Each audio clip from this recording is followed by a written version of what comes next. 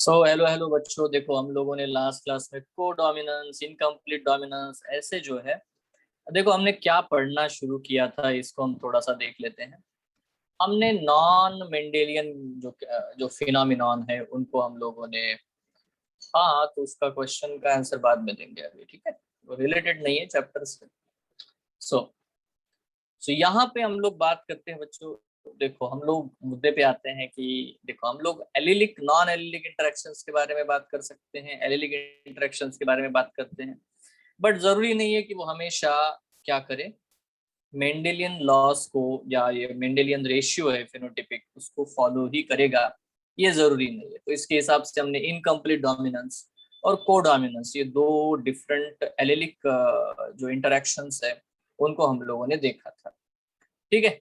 एक और बेटा हम लोग एलिलिक इंटरेक्शन ही देखने वाले हैं, और आज ही हम लोग शायद बहुत सारे नॉन एलिलिक इंटरेक्शन भी देखेंगे। तो देखो ये जो एलिलिक इंटरेक्शन है ये बहुत ही सिंपल है, इसको हम लोग कहते हैं मल्टीपल एलिलिज्म, ठीक है ना। यहाँ पे बहुत इंपॉर्टेंट है बेटा, ये हम लोग यहाँ पे ले लेते हैं हेडिंग, ठीक है। ये हेडिंग यहाँ पे ऐसे आएगा, मल्टीपल मल्टीपल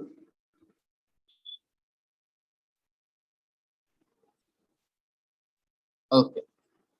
नाउ देखो मल्टीपल एलिलिज्म या मल्टीपल एलिल, ऐसा हम लोग वर्ड यूज करते हैं। देखो एक और कंसेप्ट आपको देखने को मिलेगा जिसको हम लोग बोलते हैं मल्टीपल फैक्टर्स। मल्टीपल फैक्टर्स का मतलब मल्टीपल जीन्स होते हैं, ठीक है। मल्टीपल एलिलिज्म और मल्टीपल फैक्टर्स, ये दोनों अलग अलग बातें हैं।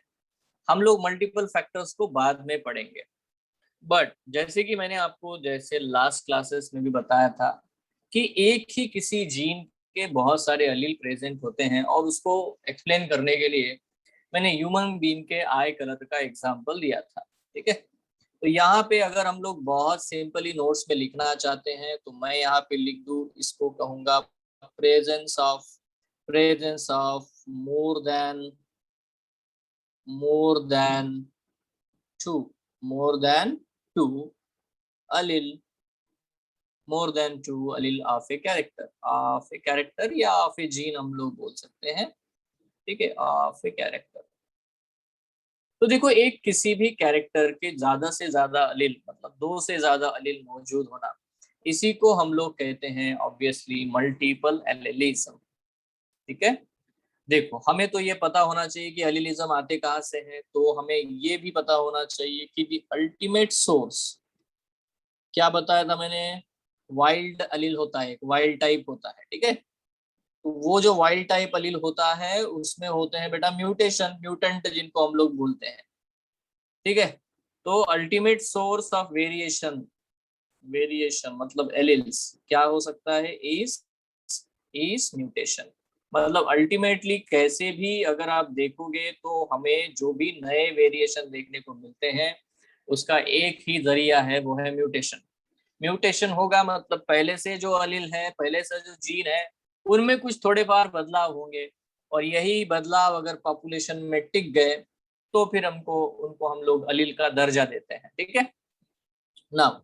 अब ये वाला भी पॉइंट लिख सकते हैं, ऑल एलिल अराइज फ्रॉम, ठीक है। कौन बता सकता है भाई कैसे अराइज होगा, कौन सी प्रोसेस से अराइज होगा, नॉर्मल है, ऊपर ही आंसर है, all alleles arise from the mutation, बराबर है।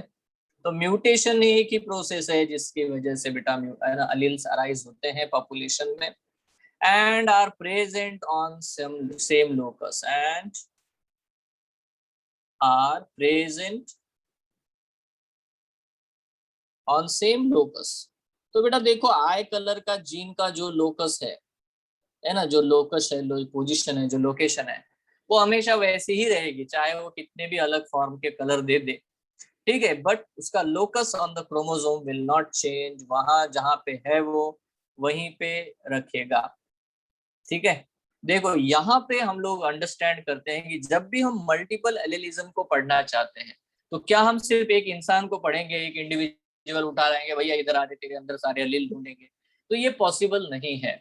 एक सिंगल इंडिविजुअल में हम लोग मल्टीपल एलिलिज्म नहीं स्टडी कर सकते, आई अगेन रिपीट, ठीक है। एक सिंगल इंडिविजुअल में हम लोग मल्टीपल एलिलिज्म की स्टडी नहीं कर सकते। ठीक है, तो यहाँ पे हमें याद रखना है बेटा, मल्टीपल एलिलिज्म के लिए स्टडी ऑफ पॉपुलेशन, है ना, study of population is essential, है ना। तो बेटा हमेशा ये बहुत ही नॉर्मल पॉइंट है यार कि यहाँ पे हमेशा ये नोटिस करना पड़ेगा कि हमें पॉपुलेशन की स्टडी करनी पड़ेगी। पॉपुलेशन में बहुत सारे इंडिविजुअल होते हैं, और अगर ऐसा है, क्योंकि देखो एक इंडिविजुअल में ज्यादा से ज्यादा 2 अलील पाए जा सकते हैं, बट अगर मोर देन 2 अलील्स के बारे में आपको पढ़ना है तो डेफिनेटली बेटा, है ना, we have to see entire population. ठीक है, तो मैं यहाँ पे लिखता नहीं हूँ, इसी को हम लोग कहते हैं, है ना, study of the population essential, इसीलिए इसको हम लोग कहते हैं, इसको हम कहते हैं बच्चों पॉपुलेशन जेनेटिक्स में ही आता है। जब भी हम स्टडी करते हैं पॉपुलेशन की, तो इसे हम लोग कहते हैं पॉपुलेशन जेनेटिक्स। ठीक है, अब पॉपुलेशन जेनेटिक्स जो है इसको भी हम लोग पढ़ेंगे। एक्चुअली ये इवोल्यूशन का पार्ट है, बट इसको हम जेनेटिक्स में ही कवर करेंगे, क्योंकि जेनेटिक्स में ही इसके न्यूमेरिकल्स हम लोग सॉल्व करेंगे पॉपुलेशन जेनेटिक्स के। दूसरा होता है, देखो हमें ये भी पता है कि एवरी अलील, जितने भी अलील मौजूद होते हैं, मतलब एक ही जीन के अलग type, every Aleel is not, ये बहुत इंपॉर्टेंट है, इज नॉट परमानेंट। ठीक है, ये बहुत ही इंपॉर्टेंट पॉइंट है, every Aleel is not permanent. ठीक है, सारे अलील टिकाऊ नहीं होते हैं। ठीक है, तो ये बहुत ही इंपॉर्टेंट है बेटा, है ना। देखो सारे अलील प्रेजेंट नहीं होते, अगर हम अलील उसको कहना चाहते हैं, मतलब म्यूटेशन जो होता है उसको हम कंसिडर करना चाहते हैं, है ना, इट शुड बी, है ना, स्टेबल। लेकिन every Aleel is not permanent but it should be stable, ये बात हमको याद रखनी है। But it should be stable in population. तो जब भी हम किसी पॉपुलेशन की स्टडी करते हैं, अब देखो हम लोग निकले और ढूंढने और एक बंदा मिला जिसकी आंखें जो है बेटा गोल्डन कलर की है, एकदम सोने जैसी चमकती है, तो वो एलील कंसिडरेशन में नहीं आएगा, क्योंकि है ना दुनिया भर में सिर्फ एक ही ऐसा इंसान है जिसकी आंखें गोल्डन कलर की है। अब आप समझ सकते हो कि यार ये इंसान जब मर जाएगा, इसकी डेथ हो जाएगी, तो इसकी आंखें भी चली जाएगी, बराबर है, और गोल्डन कलर वाला जो वेरिएशन हमें पॉपुलेशन में दिखाई दे रहा है वो खत्म भी हो जाएगा। तो बेटा हम एलील का दर्जा देते हैं उस चीज को। स्टेबल का मतलब क्या है, दैट इज, ठीक है, हैव अ फ्रीक्वेंसी,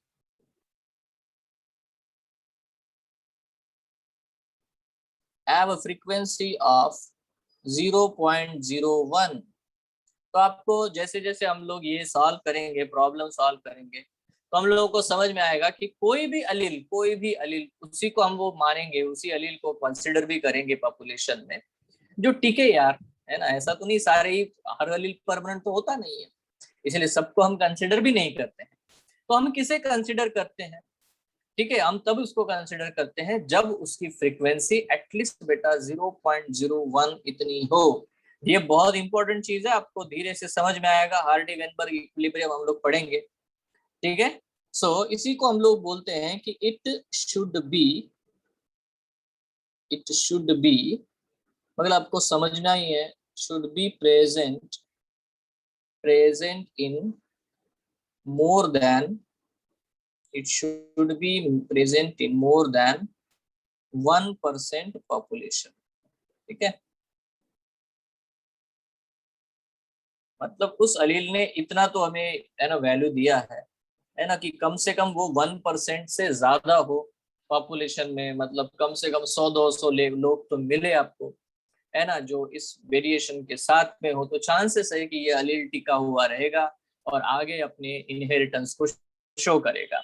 नहीं तो बेटा बहुत से अलील आते हैं, म्यूटेशन होते हैं इंडिविजुअल के साथ में, और वो इंडिविजुअल के मौत के साथ बेटा वो खत्म भी हो जाते हैं। तो ऐसे अलील को हम बिल्कुल भी नहीं कंसिडर करते हैं जब भी हम मल्टीपल एलिलिज्म का कंसेप्ट समझते हैं। ठीक है, देखो मैं यहाँ पे स्टेटमेंट लिख देता हूँ, एज सॉरी, यहाँ पे स्टेटमेंट में लिख देता हूँ, an अलिल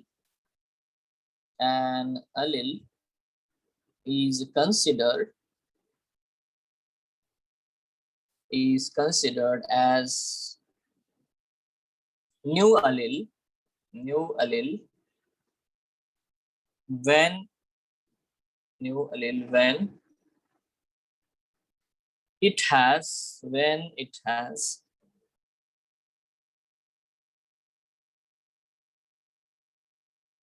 yes, why not, definitely. An allele is considered as a new allele when it has a minimum frequency of has a minimum frequency of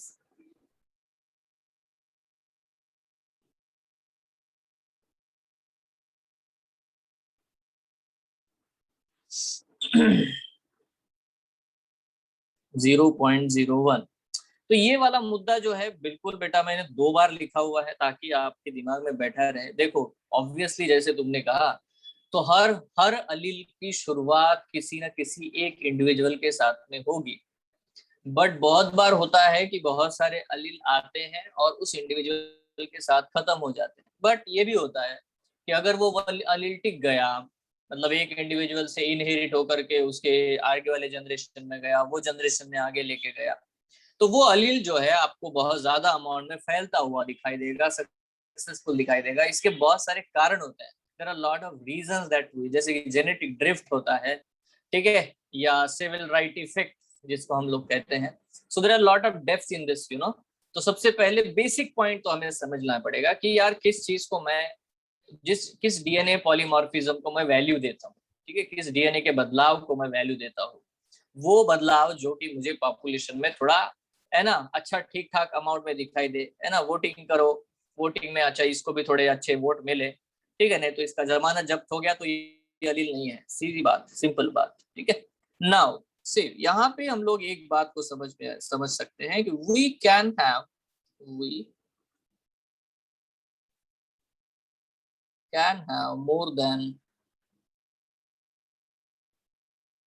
one more than one dominant or recessive allele, more than one dominant or recessive allele। देखो ये भी हम लोगों को समझ में आना चाहिए कि अगर मानते हैं, यहाँ पे देखो हमें ये समझना है कि 4 अलील है किसी भी जीन के। अब हमें 2 अलील के बारे में पढ़ा, capital T small T, capital T dominant, small T recessive, इतना ही है। बट अगर 3 हो तो 4 हो तो क्या रिलेशनशिप होगा उनके बीच में? तो देखो ये रिलेशनशिप कैसा भी हो सकता है, किसी भी 2 अलील के बीच में किसी प्रकार का भी रिलेशनशिप हो सकता है, either dominant recessive, either incomplete dominance, either codominance. कोई भी रिलेशनशिप बेटा एक अलील दूसरे अलील के साथ में रख सकता है in the multiple allelism condition, ठीक है। ऐसा भी हो सकता है कि 4 में से 2 डोमिनेंट शो करते हैं, 2 रेसेसिवनेस कंसिडर करते हैं, उनमें से कोई 2 के बीच में कोडोमिनेंस का रिलेशनशिप हो। That is possible, that is very possible, ठीक है। इसीलिए हम लोग देखो हम लोग यहाँ पे कहते हैं कि, इसीलिए मैं यहाँ पे लिख देता हूँ, सो कोडोमिनेंस इज कॉमन फॉर्म, ठीक है। ये कॉमनली बेटा देखने को मिलता है जब भी मल्टीपल एलिलिज्म का कंसेप्ट हम लोग पढ़ते हैं, तो उसमें जो कोडोमिनेंस वाला जो कंसेप्ट है, इवन इनकम्प्लीट डोमिनेंस भी आपको देखने को मिलेगा, बट कोडोमिनेंस का कंसेप्ट आपको बहुत बार, मतलब बहुत बार देखने को मिलेगा। So that is very simple, you have to understand. Right now I will change the color of the pen and I will write down something here, that is कि आप लोग कैसे कैलकुलेट करोगे टोटल पॉसिबल जीनोटाइप,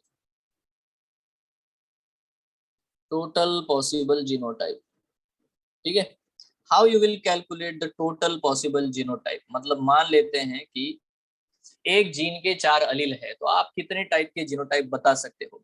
तो इसके लिए बेटा एक फॉर्मूला है, and the formula is n+1 divided by 2। Now this is the formula, and what is n? Where n is equal to number of different alleles, ठीक है। कितने अलग अलग प्रकार के अलील मौजूद हैं, मान लेते हैं ब्लड ग्रुप के केस में, आपको तो पता ही है, उसको ही हम लोग लेंगे यहाँ पे। So where n is equal to number of allele, normal point है n+1 डिवाइडेड बाय 2, ठीक है।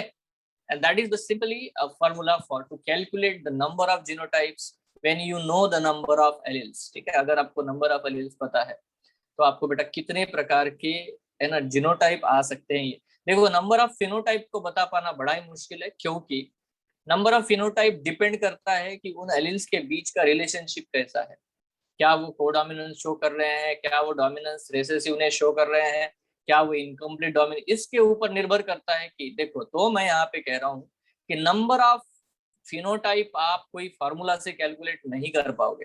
Are you sure? सही बात, आप नंबर ऑफ फिनोटाइप किसी फार्मूला से कैलकुलेट नहीं कर पाओगे।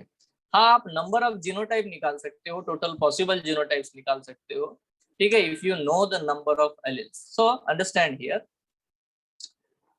We take some examples. देखो यहाँ पे हम लोग एग्जांपल के साथ मिलेंगे, जैसे यहाँ पे हम लोग लेते हैं one example,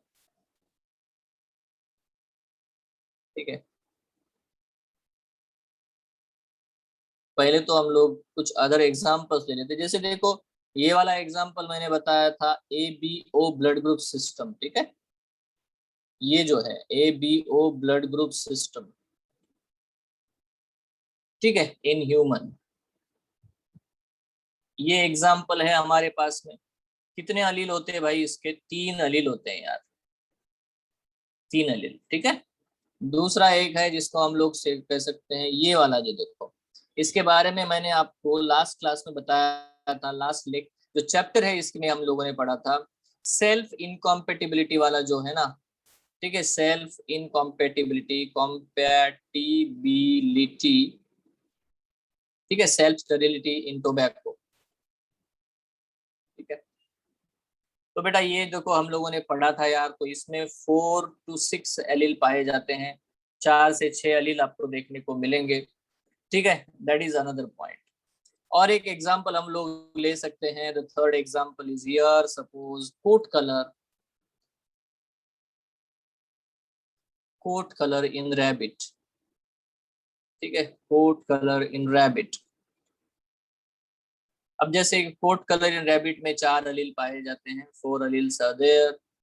even there is another example, we take eye color in Drosophila. अभी ड्रोसोफिला मतलब फ्रूट फ्लाई है यार, ठीक है।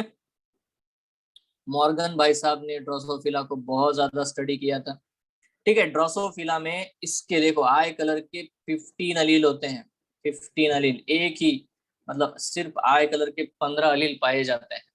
तो इतने सारे अलील बेटा मौजूद हो सकते हैं पॉपुलेशन में, बहुत सारे डिफरेंट आई कलर होंगे, मतलब रेड के ही इतने पैटर्न देखने को, blood red and scarlet red and different types of red, eosin red, है ना। आमतौर पे तो हम समझ भी नहीं पाते, मतलब हमारे जैसे मेरे जैसे इंसान को तो पता ही नहीं है, scarlet red, blood red, okay, एक ही रेड है, ओनली ऑल रेड, ठीक है।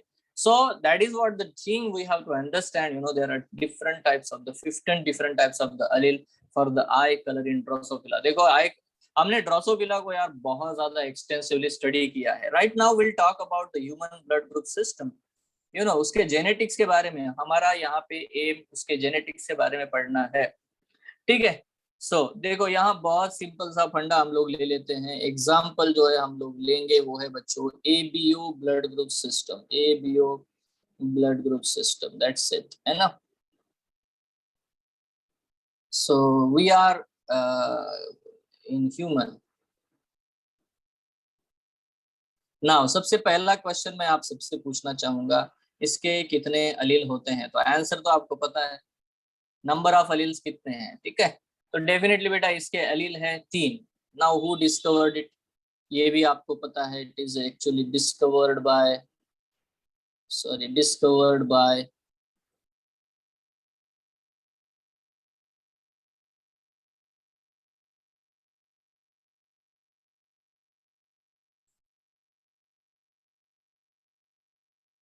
Okay, now correct, discovered by the Landsteiner,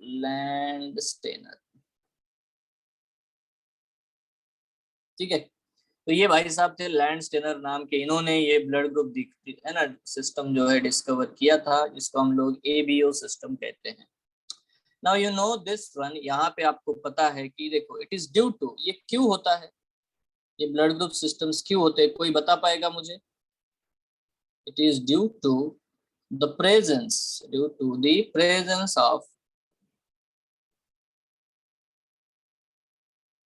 presence of some specific antigen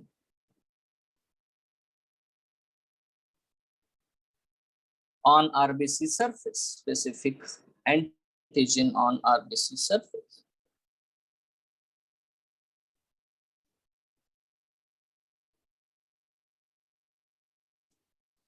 Now this is very simple.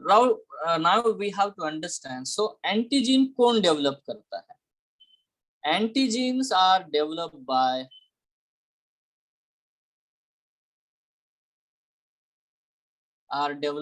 I gene. देखो ये वाला जीन है जो हमारे लिए काम की चीज है, ठीक है। देखो ये बात हमेशा याद रखना, एक बार क्वेश्चन भी आया था कि ओ ब्लड ग्रुप जो होता है, ओ ब्लड ग्रुप के आरबीसी के सरफेस के ऊपर कौन सा एंटीजन पाया जाता है, ठीक है। तो यहाँ पे आपको बेसिक ये याद रखना है कि देखो ओ ब्लड, कोई बता पाएगा? ए ब्लड ग्रुप के ऊपर ए एंटीजन होता है, बी ब्लड ग्रुप के ऊपर बी एंटीजन होता है, बट ओ ब्लड ग्रुप के ऊपर कौन सा एंटीजन होगा? नाउ इस क्वेश्चन को मैं थोड़ी देर बाद में आपसे डिस्कस करूंगा। देखो what is I stand for, I का क्या मतलब है यार, ठीक है। देखो हम लोग को पता है जब भी हम लोग ब्लड ग्रुप टेस्टिंग करते हैं तो एंटीजन एंटीबॉडी जब एन एंटीजन को डिटेक्ट कर लेता है तो वहां पे है ना एक चीज होती है, क्लम्पिंग होती है, सारे आरबीसीज एक जगह जमा हो जाते हैं। इसको हम एग्लूटिनेशन कहते हैं, इसको हम लोग क्या कहते हैं? एग्लूटिनेशन, एक जगह क्लम्पिंग हो जाना आरबीसीज का, agglutination. This is the word agglutination. Now why, what is the word you know here? That is what the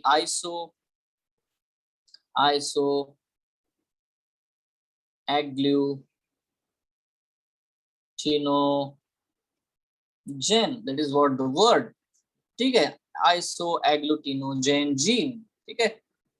देखो ये कहाँ प्रेजेंट होता है? It is present on the 9th chromosome of the human being.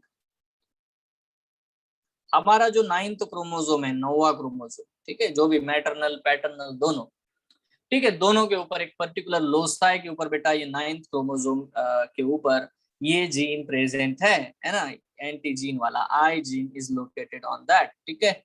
So now if we study them carefully तो यहाँ पे हमें समझ में आता है कि आई जीन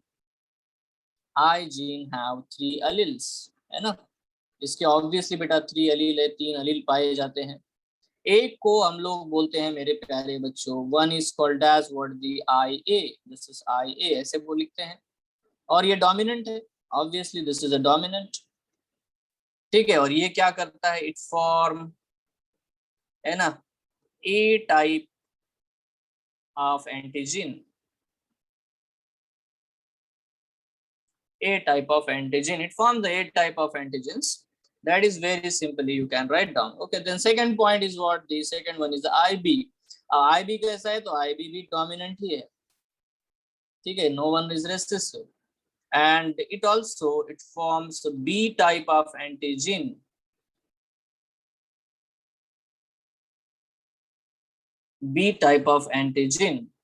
ठीक है। एंड देखो लास्ट वन है, थर्ड वन, जिसको हम लोग बोलते हैं आई नॉट, और it is also written as a small I, ठीक है। ये रेसेसिव है, और ये क्या बनाता है? फॉर्म नो एंटीजन, ये एंटीजन नहीं बनाएगा। बट ये पूरी तरह से सही नहीं है, मैं आपको एक चीज बता देता हूँ। यहाँ पे होता क्या है, सपोज मैंने आरबीसी बनाया तो आरबीसी के प्लाज्मा मेम्ब्रेन के ऊपर, ठीक है, हम लोग कहते हैं चलो इसके ऊपर ए एंटीजन है तो ये ए ब्लड ग्रुप है, ठीक है। ये आरबीसी बनाया, इसके ऊपर बी एंटीजन है तो बेटा ये बी ब्लड ग्रुप है। और मान लेते हैं ये आरबीसी बनाया, इसके सरफेस के ऊपर ए एंटीजन भी बन रहा है, बी एंटीजन भी बन रहा है, तो ये ए बी ब्लड ग्रुप है। And then there is no antigen is form, so there is no antigen, so it's a O blood group. So this is A blood group, this is a B blood group, this is a A B blood group, and this one is the O blood group. But right now you all have to understand that O blood group have the H antigen. O blood group जो होता है H, इसके ऊपर H antigen present, वो बाद में देखते हैं, आप जंप मत करो। जो है जब हम आरबी एबीओ ब्लड ग्रुप पढ़ रहे हैं तो उसमें पॉजिटिव निगेटिव कुछ नहीं बोलना है, because it is not, positive negative is not the part of ABO blood group system, it is the different part. Yes, ठीक है, तो उसके बारे में हम बात करते हैं। Right now देखो A B blood group system में यहाँ पे जब भी आपको क्वेश्चन आएगा कि which type of antigen is present on the O blood groups RBCs, so it's H antigen. Right now you have to understand कि जब बेटा ये आई नाम का जीन प्रेजेंट होता है ना, आई ए, ये क्या करता है, एच एंटीजन को मॉडिफाई करता है। H antigen gate modified into the A antigen, मतलब उसको एक एक्सटेंशन लगता है। विदाउट एक्सटेंशन मतलब क्या है, A is an modified H antigen, B is an modified H antigen, मतलब ए और बी है तो डेफिनेटली बेटा कुछ एच एंटीजन ए में मॉडिफाई हो गए, कुछ बी में मॉडिफाई हो गए। और जब वो मॉडिफाई ही नहीं होता, जैसे कि वैसा रहता है, तो डेफिनेटली बेटा उसे हम लोग एच एंटीजन कहते हैं। सो that should be studied in your the blood groups and circulatory system chapter. Right now what we are understanding here, देखो हम लोगों को ये समझ में आना चाहिए कि जब भी हम लोग इसको अंडरस्टैंड करेंगे, इसके कितने डिफरेंट टाइप ऑफ जीनोटाइप होने चाहिए या फिनोटाइप होने चाहिए, ये बात जब भी हम लोग बात करते हैं। So right now if I will do this one, ये मैंने ऐसा एक लाइन बना दिया, ओके, देन ये दूसरा एक लाइन बना दिया, ओके। नाउ तो देखो सबसे इंपॉर्टेंट चीज है बेटा कि अगर हम ये फॉर्मूला यूज करते हैं, ये आपके सामने बेटा फॉर्मूला है यहाँ पे लिखा हुआ, तो कितने लोग बता सकते हैं कितने पॉसिबल जीनोटाइप है प्यारे बच्चों? आप आराम से बता सकते हो, 3 एंटीजीन है, सॉरी 3 अलील है, तो how many different types of the genotypes are possible? You are now very well, you can give the answer for this question, yes or no? कितने different type of genotype possible है? So it's very simply you can write down, yes 6 possible है क्या नहीं? तो अगर हम लोगों ने, क्योंकि n is equal to 3 है, तो ऑब्वियसली बेटा मैं 6 पॉसिबल जीनोटाइप के बारे में बात करूंगा। आई will talk about what the 6 possible genotypes.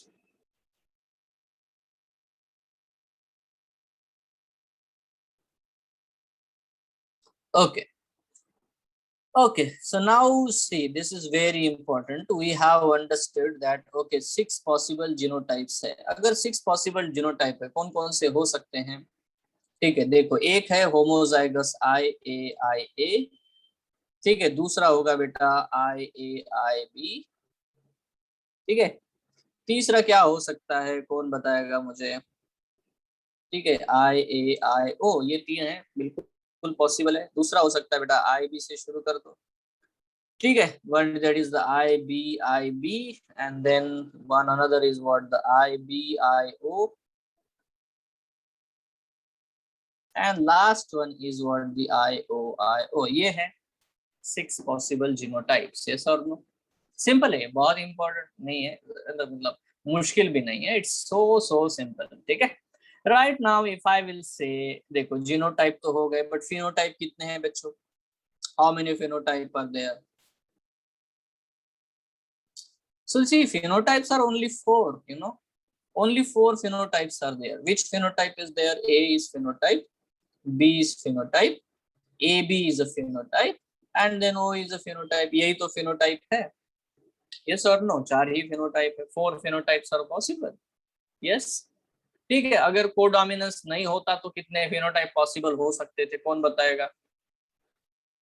है ना, if A is dominant on the B and B is dominant on the O, ठीक है, and A is dominant on the, तो कितने फिनोटाइप पॉसिबल थे? That is very simple, you can write, you can understand, but due to the presence of the codominance here 4 हो गए यार phenotype. तो मैंने कहा ना कि हम लोग एकदम से ऐसे प्रेडिक्ट नहीं कर सकते, हाँ हमको कंडीशंस दी गई है तो हम लोग प्रेडिक्ट कर सकते हैं। राइट नाउ अब मैं आप सबसे पूछना चाहूंगा, अगर ये देखो 6 पॉसिबल जीनोटाइप है और फिनोटाइप हम लोग जानते हैं कितने हैं, ठीक है, तो अगर हम लोग ये जो फिनोटाइप है इनको अगर पोजीशन करते हैं, इनको हम पोजीशन करते हैं, क्या पोजीशन करते हैं भाई फिनोटाइप, तो इसके लिए कौन सा जीनोटाइप रिस्पॉन्सिबल होगा, है ना, इसके लिए कौन सा जीनोटाइप होगा? देखो IAIA, इससे आई ए ब्लड ग्रुप आ सकता है, और IAIO, इससे ए ब्लड ग्रुप आ सकता है। ये जो है ये यूज हो गया भाई साहब, ठीक है, इसको ऐसे ले लेते भाई दूसरा, ये देखो, ठीक है, ये यूज हो गया पक्का, और ये यूज हो गया, तो आ गया बेटा A blood group. Right now if I will take for the B, B के लिए क्या हो सकता है बेटा? IBIO as well as IB ये बेटा दोनों चीजें यूज हो जाएंगी for the B blood group. Done. ठीक है, तो ये हो गया यूज, ये भी हो गया यूज। अब बचते हैं बेटा AB blood group. AB blood group के लिए एक ही पॉसिबल है बेटा, that is what, the IAIB। Now that's it, simple.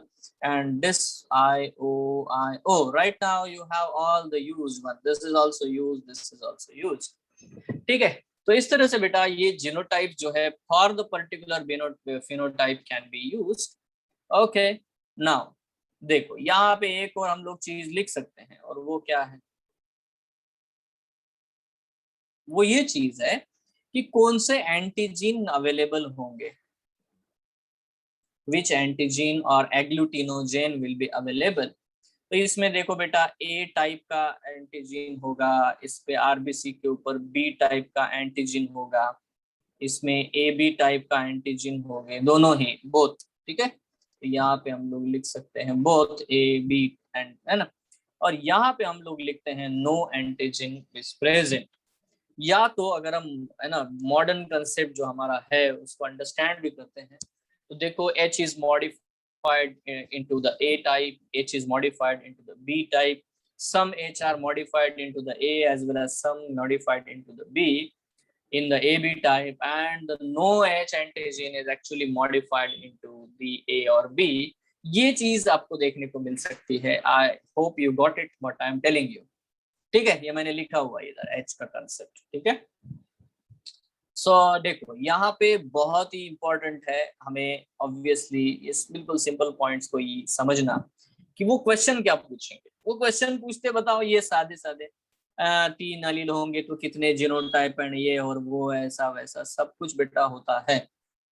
Right now एक और चीज मैं आपसे पूछना चाहूंगा कि अगर सपोज अगर हम लोग ये जो ग्रुप लिख रहे हैं, ठीक है, इनके बारे में अगर हम लोग बात कर रहे हैं, okay, if we are talking about this, ठीक है, तो बेटा यहाँ पे हमें एक मुद्दा होना चाहिए कि एंटीबॉडी, ये जो वर्ड अगर है हम लोग यूज करेंगे, एंटीबॉडी कौन सी प्रोड्यूस होगी। मान लेते हैं देखो ये एक बंदा है यार A नाम का, ये देखो B है, और ये देखो, है ना, इस तरह से इसकी बॉडीज को हम लोगों ने अलग कर दिया। राइट नाउ ये 2 बॉडीज है, ठीक है, इसका A नाम के बंदे का A ब्लड ग्रुप है, B नाम के बंदे का B ब्लड ग्रुप है। ठीक है, A का एक्सीडेंट हो गया, इसका बहुत ज्यादा ब्लीडिंग हो गया बॉडी से, और इसको सरवाइव करने के लिए B जो है लेके चला गया हॉस्पिटल, या दोस्त है लेके जाओ उठाओ। ठीक है, right now doctor ask for the blood, इसको यार ब्लड चाहिए यार, A को अगर सरवाइव करना है तो ब्लड ग्रुप चाहिए A, नाम भी A है उसका। ठीक है, तो डॉक्टर ने बुलाया, यार बताओ आपको थोड़ी मदद करनी पड़ेगी, बोलो यार, है ना। तो डॉक्टर ने बोला भाई, है ना, थोड़ी सी मदद करनी पड़ेगी। तो B ने बोला बताओ हमारी जान हाजिर है, जान वान देने की जरूरत नहीं, सिर्फ ब्लड दे दो। ठीक है, सी सपोज अगर हम लोग देखते हैं कि इसके RBCs को, इसके बॉडी में जो RBCs है इनके ऊपर देखो A एंटीजीन प्रेजेंट है, it's an एंटीजीन which provokes the production of the antibody, it's an एंटीजीन। ठीक है, ऐसा ऐसा कंपोनेंट जो बेटा एंटीबॉडी प्रोडक्शन प्रोवोक करेगा अगर किसी दूसरे के बॉडी में जाएगा। तो इसके RBCs के ऊपर B एंटीजीन है, B एंटीजीन है, B एंटीजीन है। राइट नाउ बेटा इसके ब्लड ग्रुप को हमने इसको दे दिया, इसके ब्लड ग्रुप में आया, यहाँ देखो ये आ गया एक, ठीक है, B एंटीजीन लेकर के। अब इसके जो WBCs होते हैं वो बोलते हैं भाई ये तो अलग ही दिख रहा है यार, ये अपने एरिया का नहीं है। बराबर है, सही है ना, ये अलग दिख रहा है क्योंकि इसको सिग्नल जो मिल रहा है ये B एंटीजन है, एंटीजेनिक। तो इसने क्या किया, प्रोवोक किया इसको। ठीक है, और ये प्रोड्यूस करने लगेगा antibody B, that is what the point you have to understand. तो सबसे पहला कंसेप्चुअल अंडरस्टैंडिंग ये होना चाहिए कि एंटीबॉडी किसी के ब्लड में होती ही नहीं है। जब तक वो प्रोवोक नहीं किया जाएगा तब तक उसमें एंटीबॉडी नहीं बनेगी।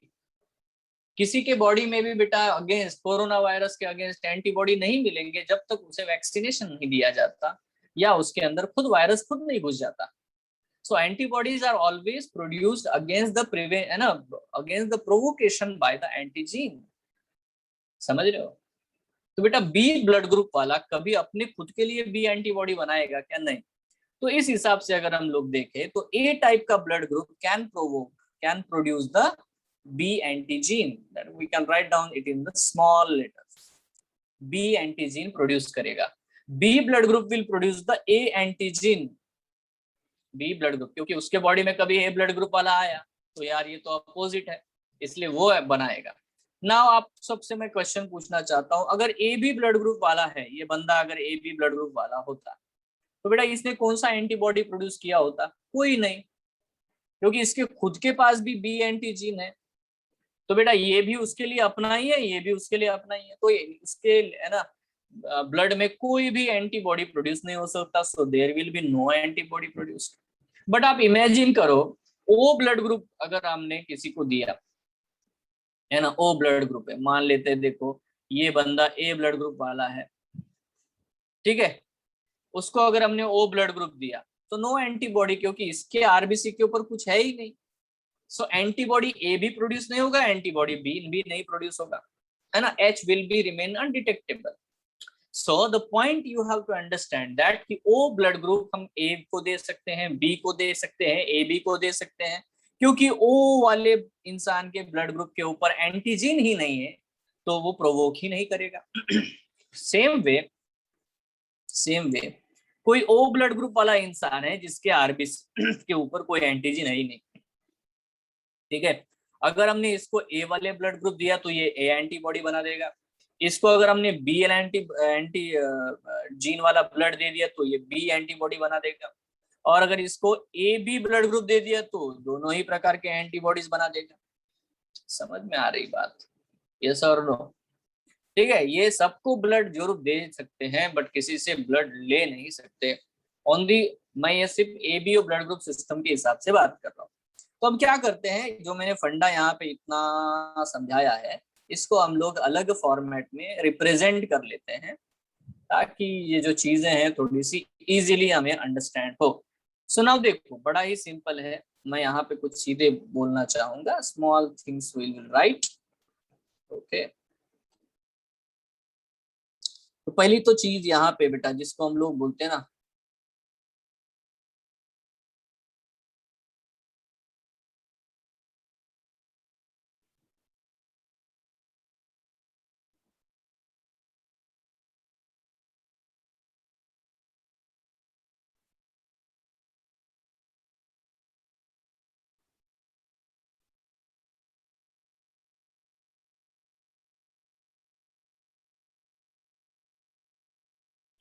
यहाँ पे लिख लेते हैं हम लोग शॉर्ट फॉर्म में. देखो ये है ए ब्लड ग्रुप वाला पर्सन, ठीक है, ये है ओ ब्लड ग्रुप वाला पर्सन, ये है ए बी ब्लड ग्रुप वाला पर्सन, और ये है बी ब्लड ग्रुप वाला पर्सन. सबसे पहली चीज, फर्स्ट थिंग इज फर्स्ट, कि देखो O blood group can be given to the O blood group person. Yes, then B blood group can be given to the B blood group person, AB can be given to the AB person, and A blood group can be given. तो मतलब बेटा देखो same to same तो possible है, ठीक है. Now अब यहाँ पे देखो एरोस को बड़ा ध्यान से देखो. ओ ब्लड ग्रुप मैं इसको दे सकता हूँ, ठीक है, ओ ब्लड ग्रुप मैं इसे भी दे सकता हूँ, और ओ ब्लड ग्रुप मैं इसे भी दे सकता हूँ. बात क्लियर है?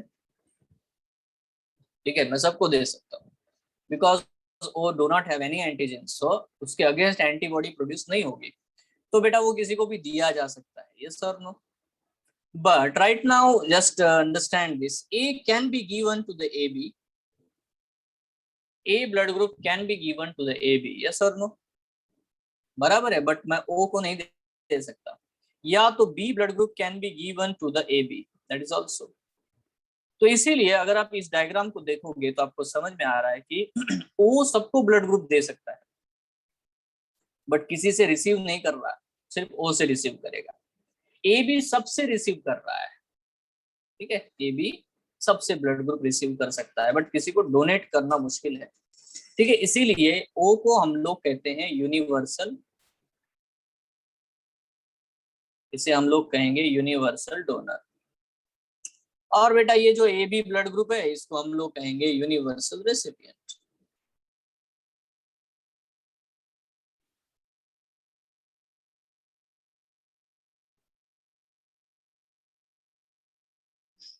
Like this, evolution should cause AB blood group to prevail more. Okay, so देखो यहाँ पे मतलब डिस्कशन कहाँ से आया। ओके, तो देखो हमें तो ये समझ में आना चाहिए कि पहली बात, इवोल्यूशन वगैरह वाली बात बहुत दूर है, क्योंकि there are a lot of different types of the blood group systems are present for a human being। ठीक है, बहुत सारे अलग अलग टाइप है, not only the A B, है ना। ये एक बात हमें सबसे पहले तो पता होनी चाहिए।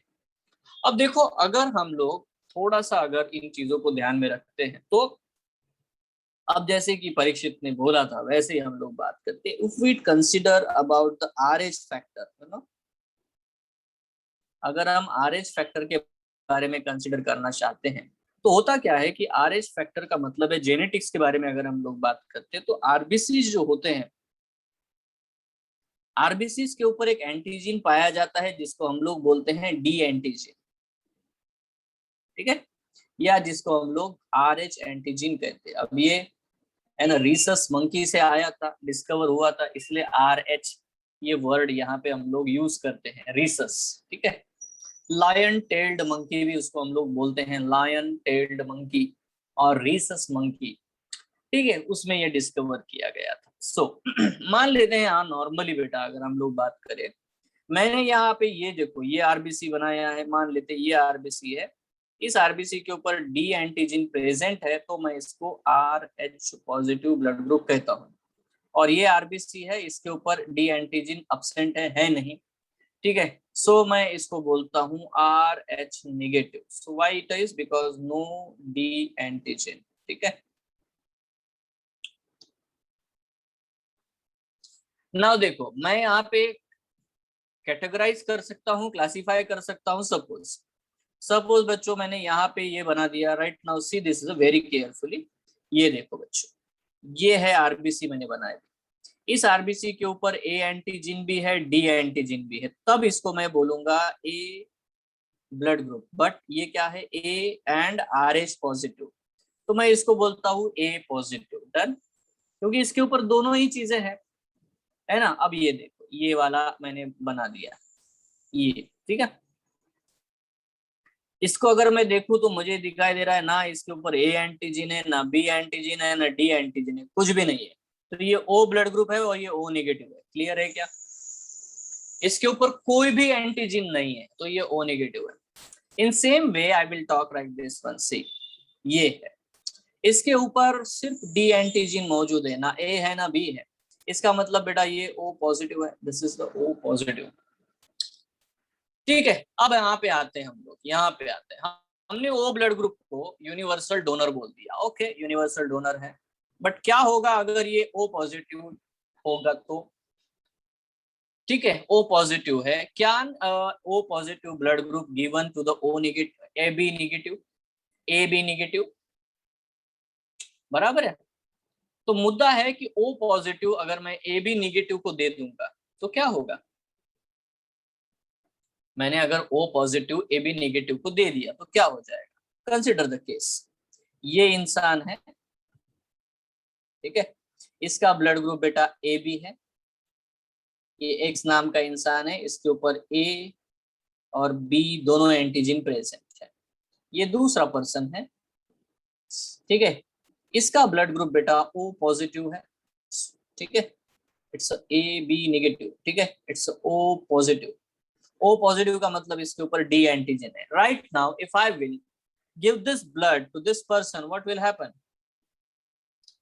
ठीक है। पहली बात, क्या इसमें एंटीबॉडी A प्रोड्यूस होगा? नहीं होगा।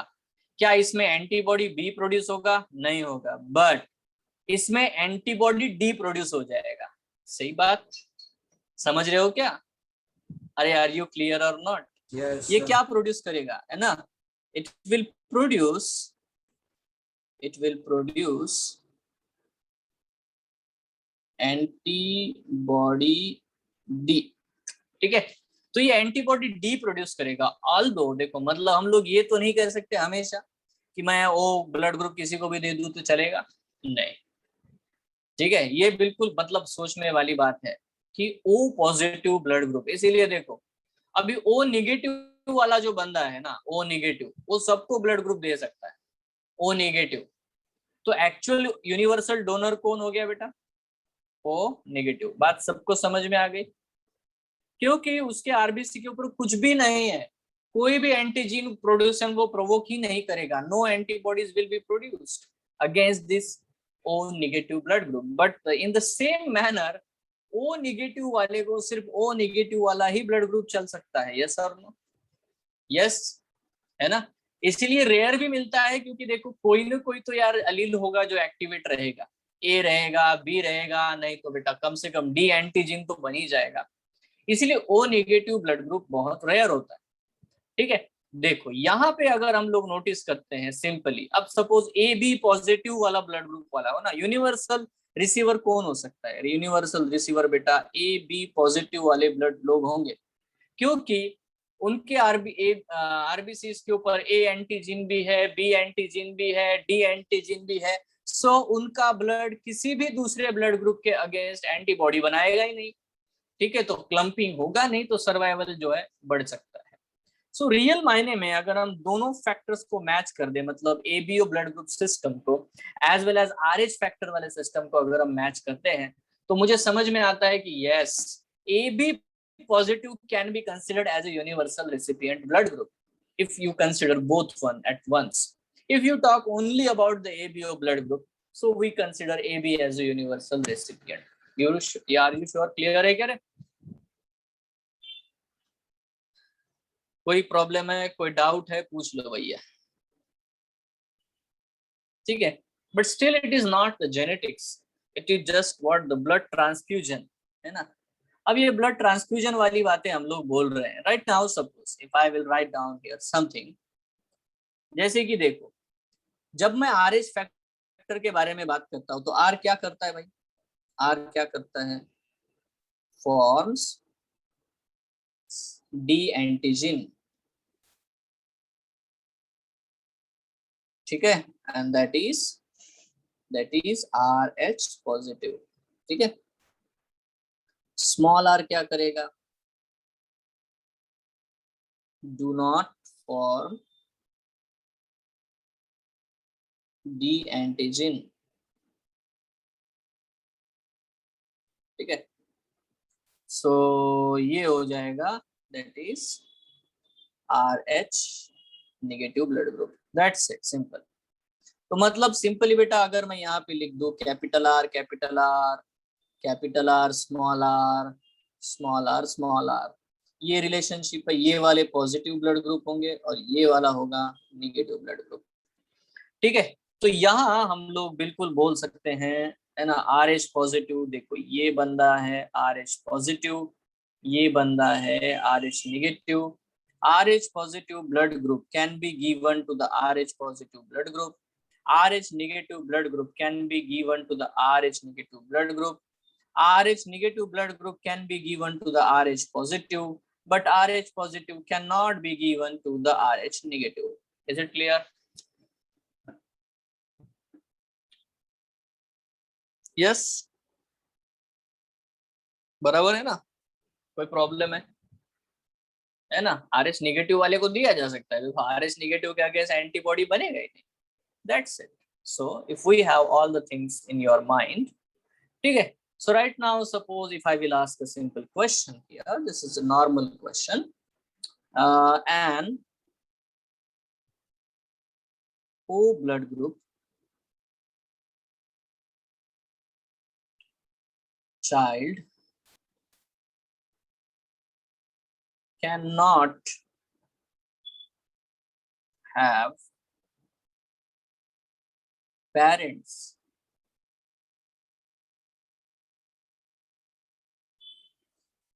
of blood group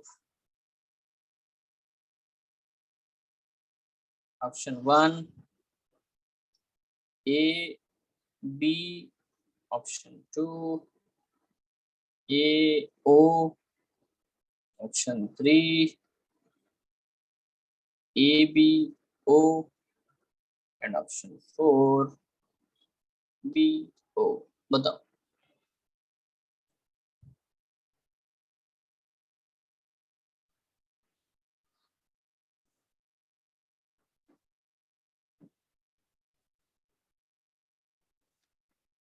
N O blood group child can not have parents of blood group.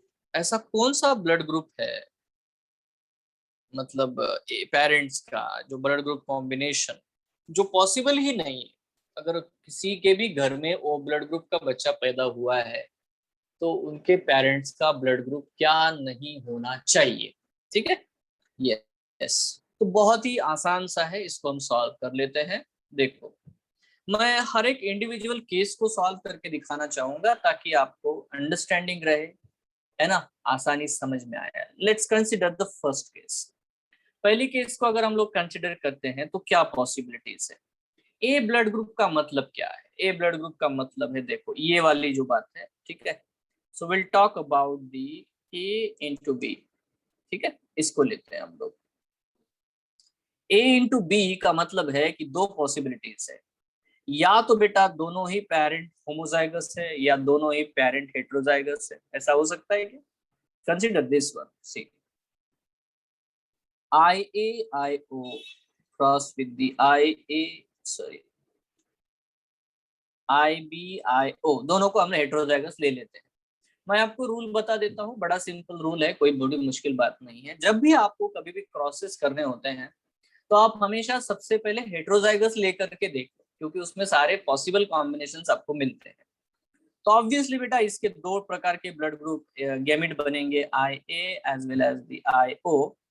इसके भी बेटा दो प्रकार के गैमेट बनेंगे, IB as well as the IO। And देखो आपको तो समझ में आ गया यार, इनका एक बच्चा प्रोबेबिलिटी पॉसिबल है, वो है A, this one, AB blood group possible है।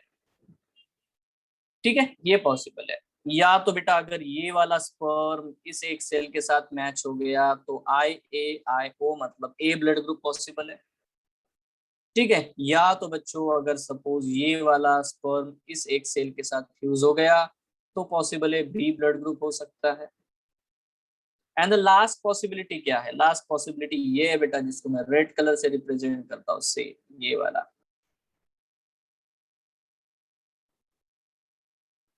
ठीक है, मतलब ओ ब्लड ग्रुप का बच्चा पैदा हो सकता है। तो ऑब्वियसली बेटा ओ ब्लड ग्रुप का बच्चा है, इसका मतलब ए इंटू बी। ठीक है, ये पेरेंट पॉसिबल है।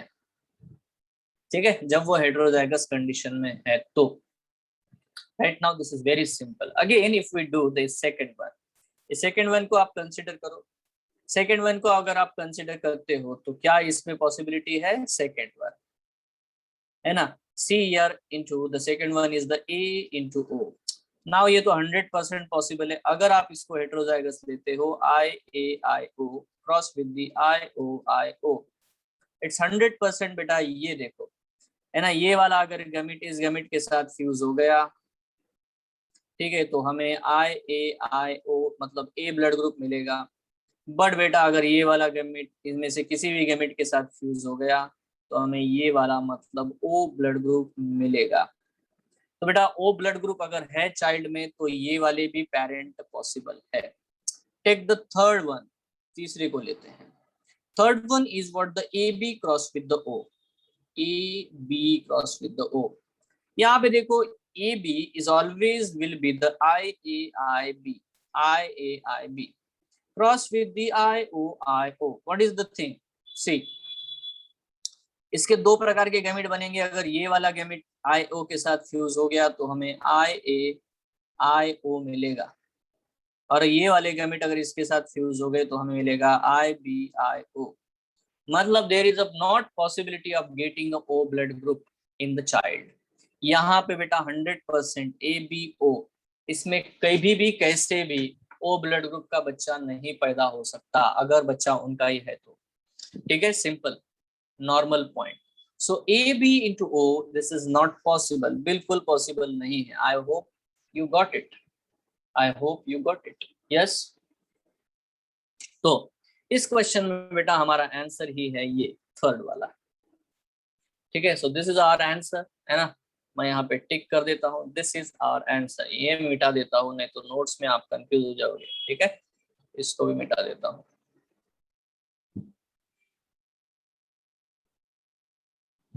इसमें भी पॉसिबल है ना, B इंटू O, तो सेम वैसा ही होगा, A इंटू O वाला ही क्रॉस होगा। सो दिस इज वेरी सिंपल, ऐसे क्वेश्चन आपको पूछे जाते हैं। I don't think it is very difficult और समथिंग लाइक दैट। ठीक है, वैसे भी इसका शॉर्ट ट्रिक मैंने समझा के रखा हो कि ये सब प्रॉब्लम्स कैसे करते हैं। ठीक है, now see, if all the 4 types of blood group, see बहुत ही आसान क्वेश्चन है आपके लिए, if all the 4 types of blood group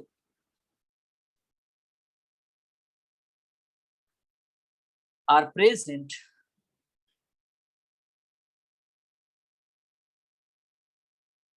in children of a family, then what will be the blood group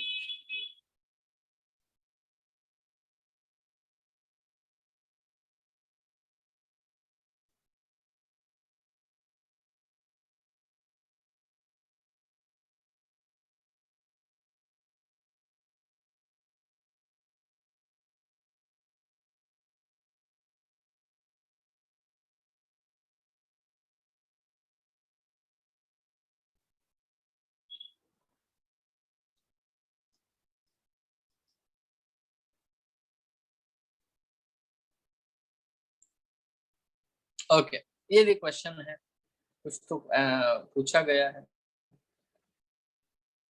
I A I O cross with the I B I O, हाँ बिल्कुल वही है। तो बताओ क्या पॉसिबल है यार, मतलब, है ना। तो वैसे भी यहाँ पे हमने सॉल्व कर ही लिया ये क्वेश्चन, ये पहला ही है, आप देख सकते हो, this is actually answer for the question. ठीक है, यहाँ पे देखो बच्चों, ए बी ब्लड ग्रुप भी पॉसिबल है, ए ब्लड ग्रुप पॉसिबल है, बी ब्लड ग्रुप पॉसिबल है, और ओ ब्लड ग्रुप भी पॉसिबल है। मतलब बच्चों में कोई भी चार, मतलब चारों में से कोई भी ब्लड ग्रुप आ सकता है। तभी होगा जब उनके genotype I A I O I B I A I ओ हो, और उनके फिनोटाइप ए और बी ब्लड ग्रुप हो। यस और no?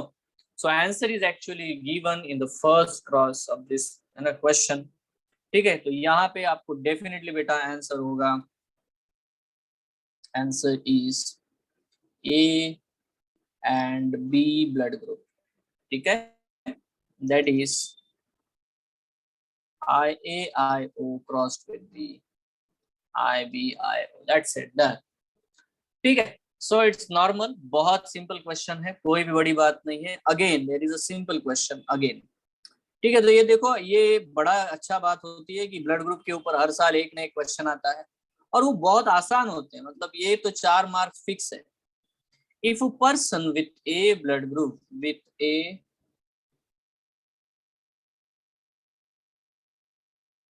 a person with a blood group married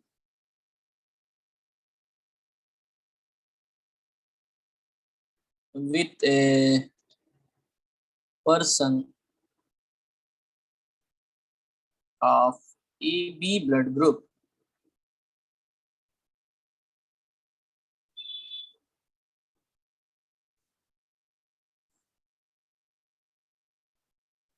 then which blood group in their child? अब ये भी बहुत आसान है।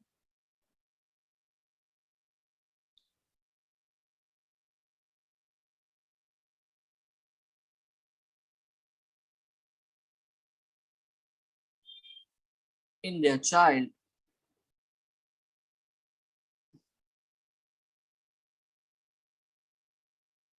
indicate that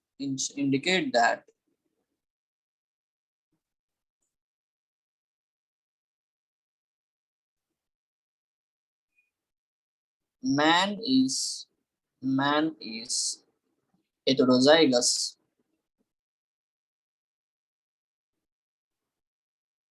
for a blood group.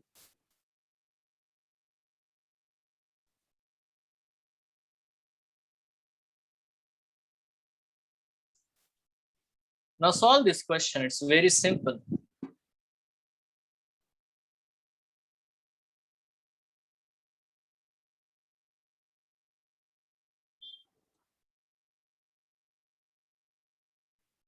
यहाँ पे क्वेश्चन को बड़ा ध्यान से पढ़ो। If person with a blood group married with a person of a AB blood group, then which blood group in their child indicate that man is heterozygous for A blood group? बहुत आसान है, कोई बहुत ज्यादा मुश्किल बात नहीं है इसमें, है ना।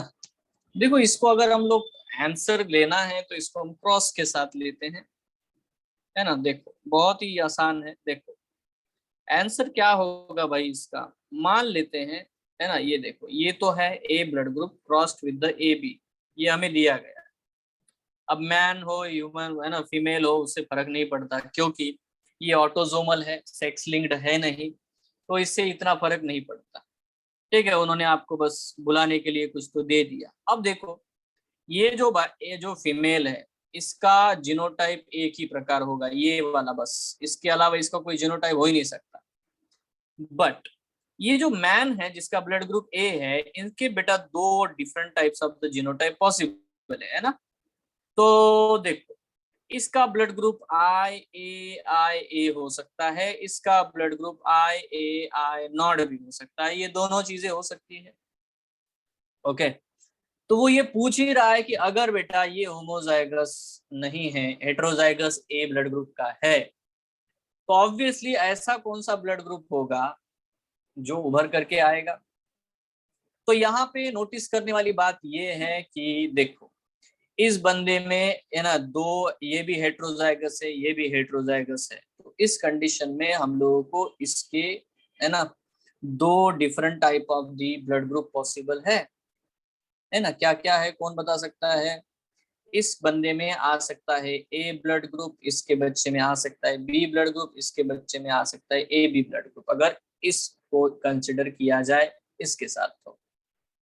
बट अगर बेटा आप इसको कंसिडर करते हो, ठीक है, if you consider this one I A with this one, ठीक है, तब बेटा सिर्फ दो ही प्रकार के ब्लड ग्रुप वाले बच्चे पैदा हो सकते हैं, ए एंड ए बी। आप आराम से करके देख सकते हो।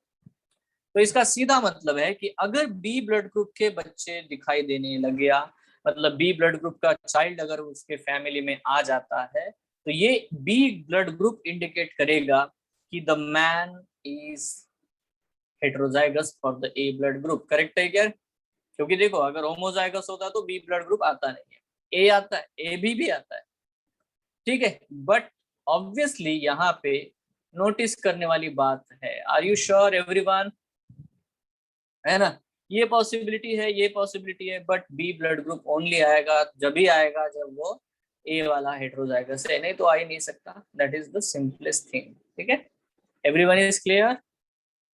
तो ये है नॉर्मल सा क्वेश्चन, ठीक है, तो आंसर लिख देते हैं। ठीक है, B blood group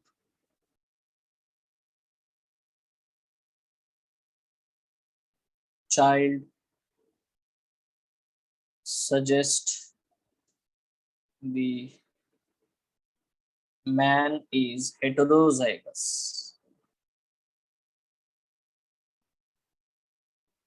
for A blood group. Done, आसान है ना, कोई मुश्किल है नहीं, बिल्कुल सिंपल है।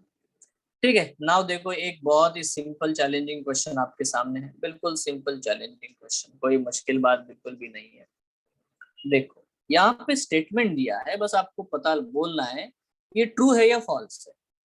ठीक है, देखो ये ए का मतलब है ना अ पर्सन है, यहाँ पे B blood group A, B blood group lady, बड़ा ध्यान से देखो, a B blood group lady have an O blood group child,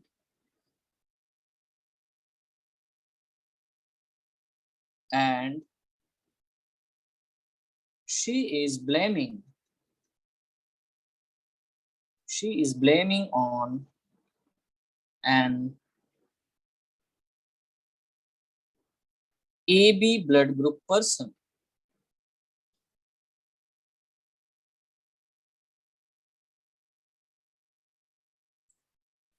for her child.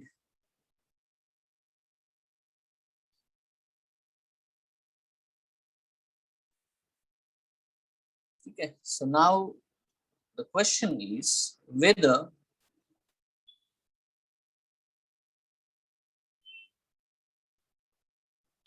her blame is true or false.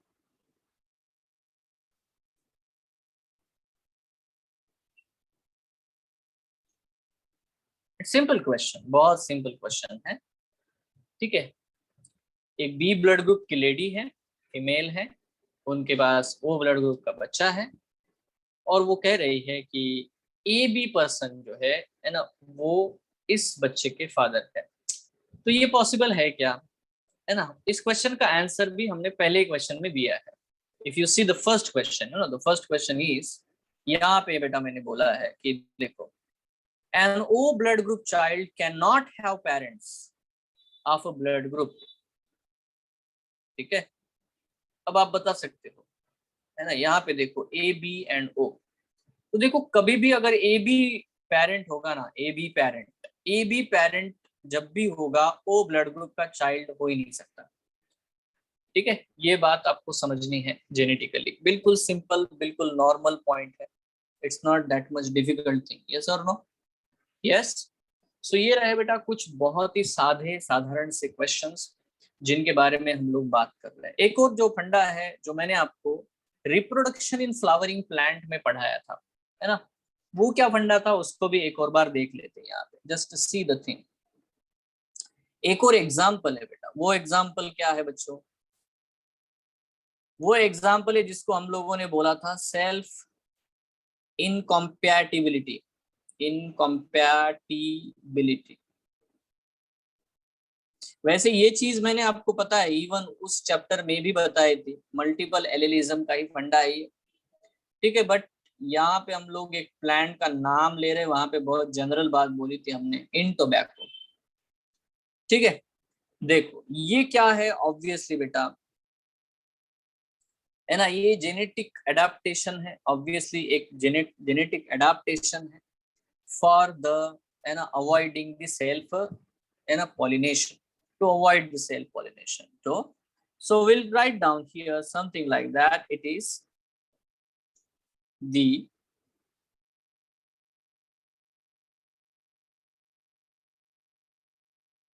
inability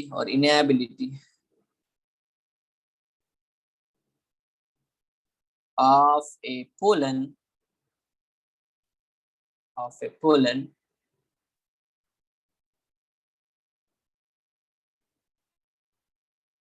to germinate over the stigma of the same flower.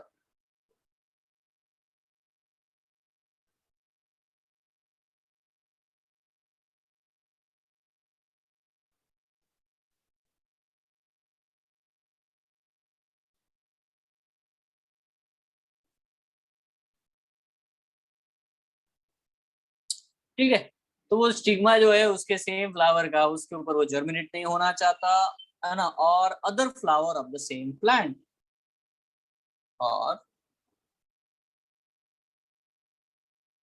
other flower of the same plant, ठीक है। तो इसको बेटा हम लोग, this is called as actually what, the self incompatibility. Now यहाँ पे question आता है इसका जेनेटिक्स क्या है भाई, ठीक है। इट इज डिसाइडेड बाय, ये कौन डिसाइड करेगा, इट इज डिसाइडेड बाय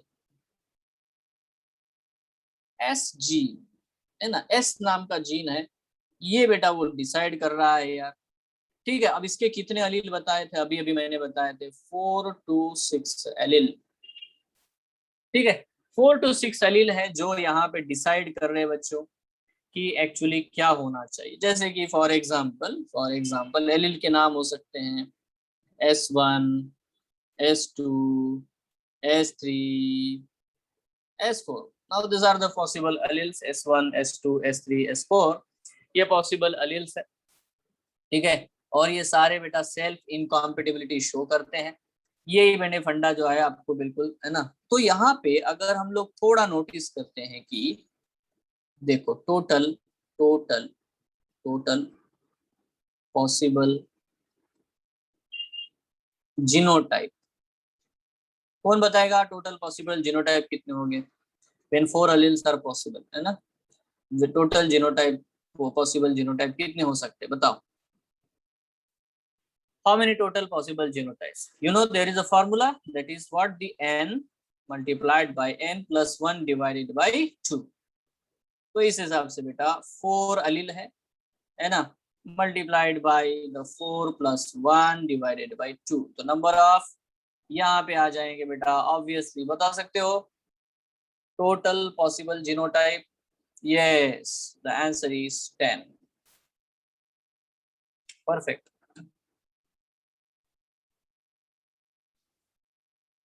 ठीक है, तो ये तो बढ़िया है, 10 पॉसिबल है। अब बताओ मुझे एक बात बताओ, ठीक है, अब मुझे एक बात बताओ, इनमें से सेल्फ इनकॉम्पेटिबिलिटी कौन कौन कर सकता है, मतलब कितने हैं, कितने रिजेक्शंस हो सकते हैं, how many rejections will be there. ठीक है, मैं आपको समझा देता हूं, जैसे कि हेंस सी यहाँ पे S1 के साथ में नहीं आ सकता, S2 के साथ नहीं आ सकता, S3 के साथ नहीं आ सकता, S4 के साथ नहीं आ सकता, ये नहीं आएंगे ना, पॉसिबल है क्या? S1 वाला पोलन ग्रेन S1 वाले एक सेल के साथ फर्टिलाइजेशन कभी करेगा नहीं, इसका मतलब बेटा S1 ये अलील कॉम्बिनेशन कभी दिखेगा ही नहीं आपको, नेवर, जीनोटाइप 2n में होगा ही नहीं। तो बेटा आपको ये क्वेश्चन आएगा तो बड़ा डिफिकल्ट होता है, मतलब क्वेश्चन आता है कि how many total genotypes are possible, formula से तो 10 आएंगे, but the actual answer is 10 minus 4, the 6 genotypes are only possible. Why? Because देखो S1 प्रोलन ग्रेन वाला, S1 एक सेल वाला कभी फर्टिलाइज ही नहीं करता, तो S1 एक साथ आएगा ही नहीं। Are you sure? अरे आर यू श्योर? ठीक है, आंसर क्या है, टोटल पॉसिबल जीनोटाइप्स कितने होंगे, 6 ओनली, ओनली 6, नॉट 10। फार्मूला से तो 10 आ जाएगा, ऑब्वियसली फार्मूला से 10 आ जाएगा। क्या सबको लॉजिक समझ में आया? मैंने क्यों 6 आंसर दिया है ना, ये सिर्फ सेल्फ इनकॉम्पैटिबिलिटी है ना। अगर एलील्स मैच हो गए, S1 ऊपर है S1 नीचे है, तो पोलन ग्रेन जर्मिनेट ही नहीं होगा, फर्टिलाइजेशन होगा ही नहीं, इसीलिए डिप्लॉयड कंडीशन कभी भी S1 नहीं हो सकती, मतलब S1 होमोजाइगस कंडीशन जो है किसी भी अलील की कभी आएगी ही नहीं। ठीक है, समझ रहे हो क्या? मतलब ये सारी जो चीजें हैं they are not possible.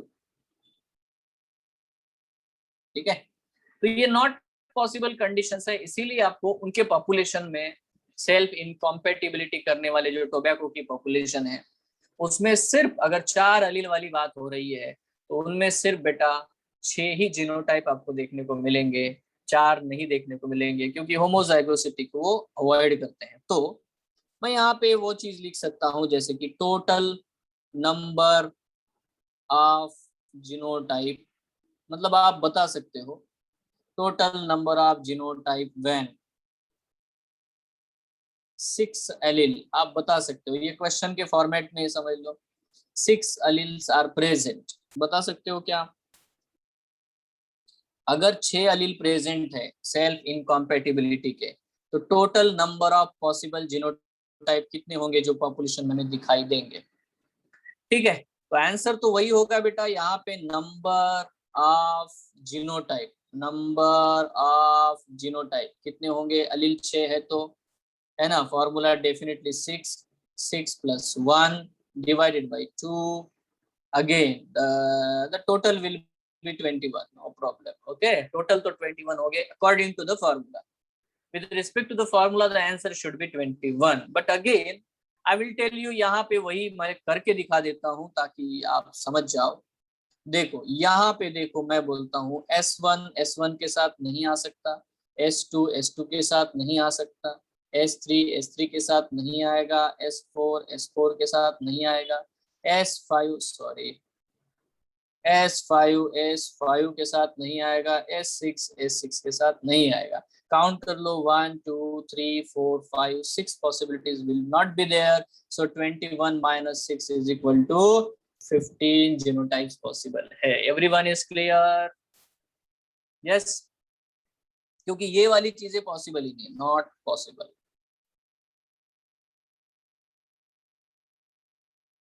Yes everyone, है ना? अब ऐसा क्यों रहा, ये भी मैंने लास्ट क्लास में बताया था, फिर से रिपीट कर देता हूं। देखो हमारे पास में ये है बच्चों एक स्टिग्मा, ठीक है, ये है स्टाइल, ये है बेटा ओवरी एंड ऑल।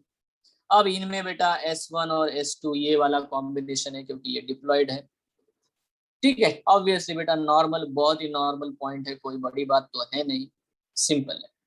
नाउ मेरे पास में यहाँ पे बेटा एक चीज मैं यहाँ बना देता हूँ, ये S1 S2 वाला है, ठीक है। इसके जो भी बाजू में जो पोलन ग्रेन भी निकलेंगे, ठीक है, एंथर में भी बेटा S1 S2 होगा, ठीक है। तो इसके जो पोलन ग्रेन होंगे, पोलन ग्रेन क्या होंगे बेटा, या तो पोलन ग्रेन S1 वाला होगा या तो पोलन ग्रेन S2 वाला होगा। अगर यही पोलन ग्रेन यहाँ पे गिर गया या तो ये S2 यहाँ पे गिर गया, तो डेफिनेटली बेटा कोई चांस नहीं है पोलन ग्रेन जर्मिनेशन का, क्योंकि S1 रिजेक्ट करता है, S2 रिजेक्ट करता है। ये बहुत ही नॉर्मल है, बहुत ही सिंपल है, ये आप आराम से समझ सकते हो। Yes everyone clear? कोई कंफ्यूजन है इसमें? आसान है, बहुत आसान है। इवन बेटा मान लेते हैं कोई दूसरा प्लांट है, दूसरा प्लांट ले लेते हैं, एनी अदर प्लांट, ठीक है। उसमें खुद का तो हुआ ही नहीं, उसी प्लांट के ऊपर दूसरा फ्लावर है, ठीक है, उसी प्लांट के ऊपर सेकंड फ्लावर है, ठीक है। यहाँ पे बना लेते हैं उसको, ये सेकंड फ्लावर है बच्चों। अब यार उसी प्लांट के ऊपर है तो उसकी ओवर ही बेटा S1 S2 ही होगी, है ना। अब इसका पोलन ग्रेन अगर इधर आ गया S1 और S2 अगर इधर आ गया, तब भी बेटा वो जनरेट नहीं करेंगे। मतलब ना ही ऑटोगैमी हो सकती है, ना ही गिटेनोगैमी हो सकती है, करेक्ट है ना। सेम प्लांट सेम फ्लावर भी पॉसिबल नहीं है, सेम प्लांट डिफरेंट फ्लावर भी पॉसिबल नहीं है, मतलब ना ऑटोगैमी पॉसिबल है ना ही गिटेनोगैमी पॉसिबल है। तो यहाँ पे जैसे कि मैंने लास्ट चैप्टर में भी आपको बताया था, it is called as what, the 100% rejection. तो ये तो हो गया बच्चों 100% रिजेक्शन। कंसिडर करते हैं हमारे पास में एक और प्लांट है, ये भी मैंने आपको बताया था, फिर भी हम लोग फिर से बात कर लेते, वही बात, सेम चीज। यहाँ पे बेटा ये देखो स्टिग्मा है, और इसमें जो कॉम्बिनेशन है वो S2 और S3 है।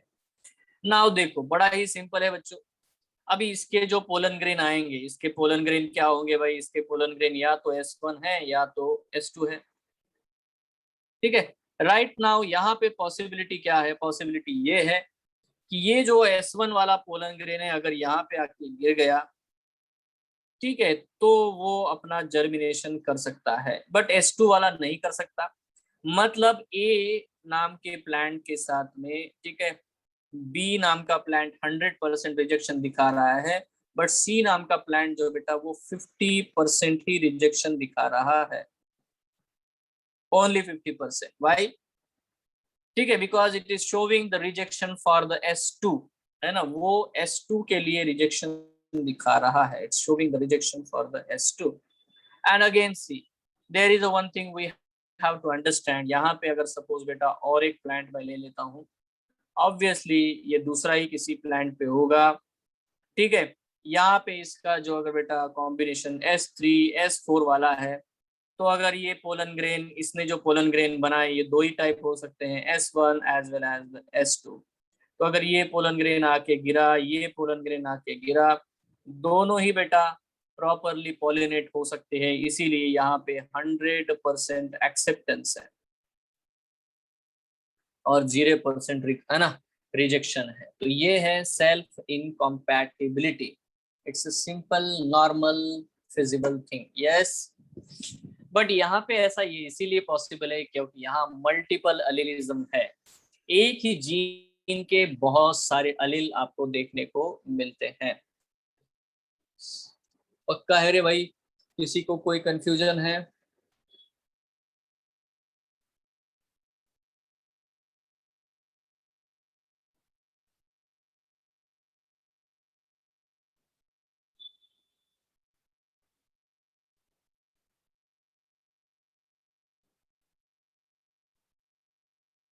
ठीक है, यहाँ एक और मुद्दा मैं लिख देता हूं, only two alleles can be present in a to an individual। ठीक है, तो पॉपुलेशन में चाहे उसके 15 अलील क्यों ना हो, मतलब ड्रोसोफिला के आई कलर के अलील 15 है, 15 अलील है, बट यार देखो यहाँ पे आप देख सकते हो इसके चार चार अलील है, 6 अलील है, S1 S2 इसमें है, S2 S3 इसमें है, S3 S4 इसमें है, S5 S6 हो सकता है, S5 S4 हो सकता है। ठीक है, बट बेटा दो ही अलील हमेशा डिप्लॉयड इंडिविजुअल में, टू एन इंडिविजुअल में हमेशा मौजूद रहेंगे। दूसरा एक पॉइंट है कि हमें हमेशा याद रखना पड़ेगा कि यहाँ पे देखो, ठीक है, all alleles are mutant of a wild type. ठीक है, तो जितने भी अलील पाए जाते हैं वो म्यूटेंट होते हैं यार, एक वाइल्ड टाइप के। वाइल्ड टाइप मतलब मैंने आपको बताया था जो डोमिनेंट है, जो मोस्ट कॉमन है, जो पहले से आया है, ठीक है, पहले से वहां पे चल रहा है, उसके बेटा ये म्यूटेंट होते हैं जो कि म्यूटेशन से आते हैं। तीसरी एक चीज हमको लिखनी है कि, है ना, crossing over is not possible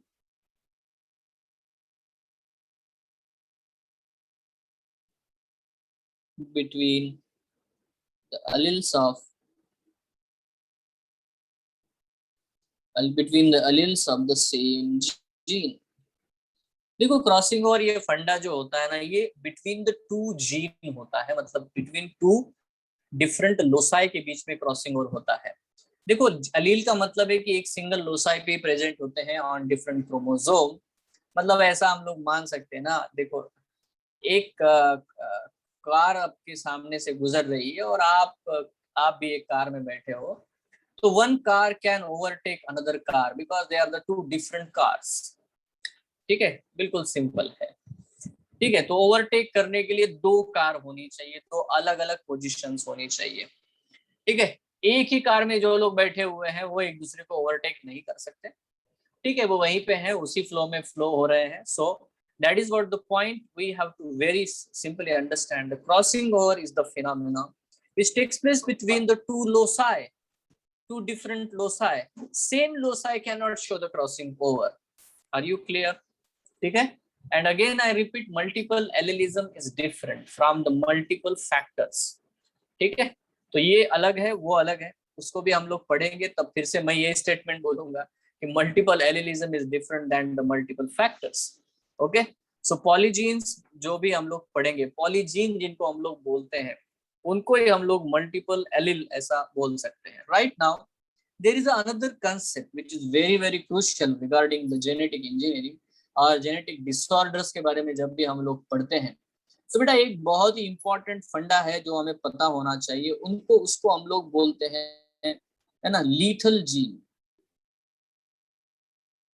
हाँ, that will understand when we study the crossing over. ठीक है, तब मैं ये बात बोलूंगा, जब मैं क्रॉसिंग ओवर वाला पॉइंट आपको समझाऊंगा, जब हम लिंकेज पढ़ेंगे उस वक्त मैं बताऊंगा कि ये वाला स्टेटमेंट है ना, crossing over is not possible between, तो वही मैं फिर से बोलूंगा। ठीक है, सो राइट नाउ इसको भी पेंडिंग पे रखते हैं।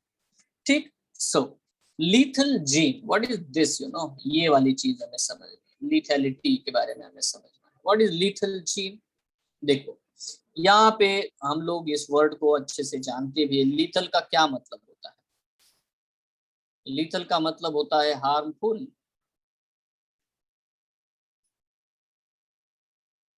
लीथल का क्या मतलब है बच्चा? हार्मफुल। ठीक है, ऐसे जीन जो इंसान को खत्म भी कर सकते हैं, किसी भी ऑर्गेनिज्म को। ठीक है, मतलब ऐसा कॉम्बिनेशन होगा, ऐसा जेनेटिक डिसऑर्डर आ जाएगा जिसके इनके ये अगर होमोजाइगस कंडीशन में आ गए तो खतरनाक हो जाते हैं। ठीक है, सो दे हैव द फेटेलिटी, मतलब वो 100% बेटा बहुत सारे इम्पैक्ट वो बॉडी के ऊपर ला सकते हैं। So just will study about that, ये जरूरी है, आपको डॉक्टर बनोगे तो ये इसके बारे में जरूर जानना है आपको। सी, ये देखो इसको हम लोग बोलते हैं, these are the special these are the special gene which generally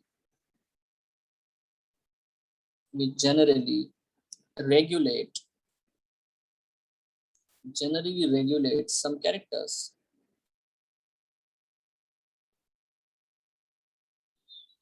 But also affects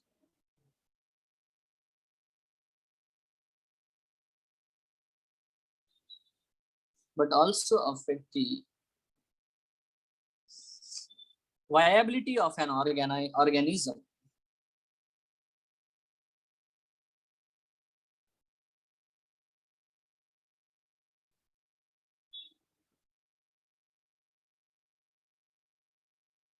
And causes death.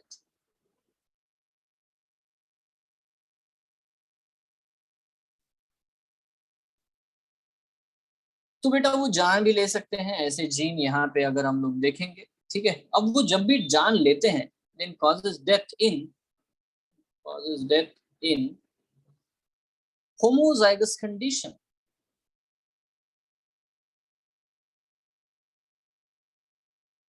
देखो ऐसा इसीलिए लिख रहे हैं क्योंकि ये जो लिथल जीन होते हैं ना, वो ज्यादा करके है ना रिसेसिव फॉर्मेट में ही रहते हैं, इसीलिए तो हम लोग अच्छे से बच जाते हैं उसके लिए, ठीक है। और जब वो लिथल होमोजाइगस कंडीशन में आ जाते हैं, लिथैलिटी तभी आपको देखने को मिलती है। इसी को हम लोग बोलते हैं, इसी फिनोमेना को लिथैलिटी बोलते हैं। मतलब अगर वो जीन एक साथ आ गए तो बेटा वो इंसान या कोई भी ऑर्गेनिज्म उसकी डेथ होगी। हम लोग अभी देखेंगे बहुत सारे यहाँ पे एक फंडा मैं लिखता हूँ जो मैं बाद में आपको समझाऊंगा, ठीक है। देखो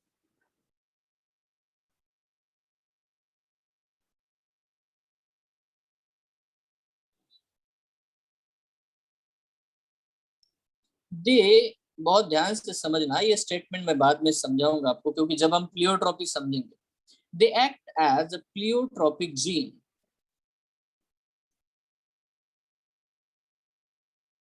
अंडरलाइन करता हूं यहाँ पे, pleiotropic gene.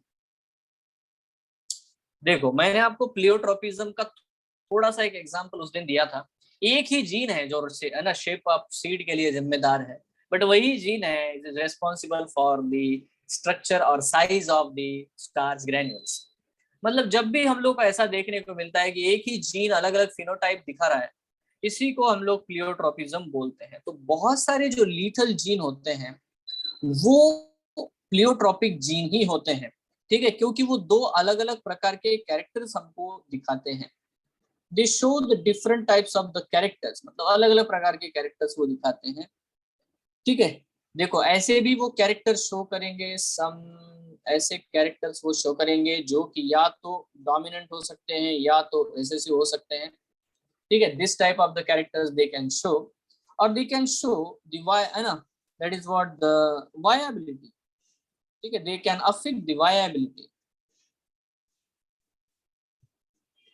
they can affect the viability but in recessive condition, ठीक है। जब भी वो रेसेसिव कंडीशन में होते हैं तो बेटा तब वो वायबिलिटी को भी इम्पैक्ट करते हैं।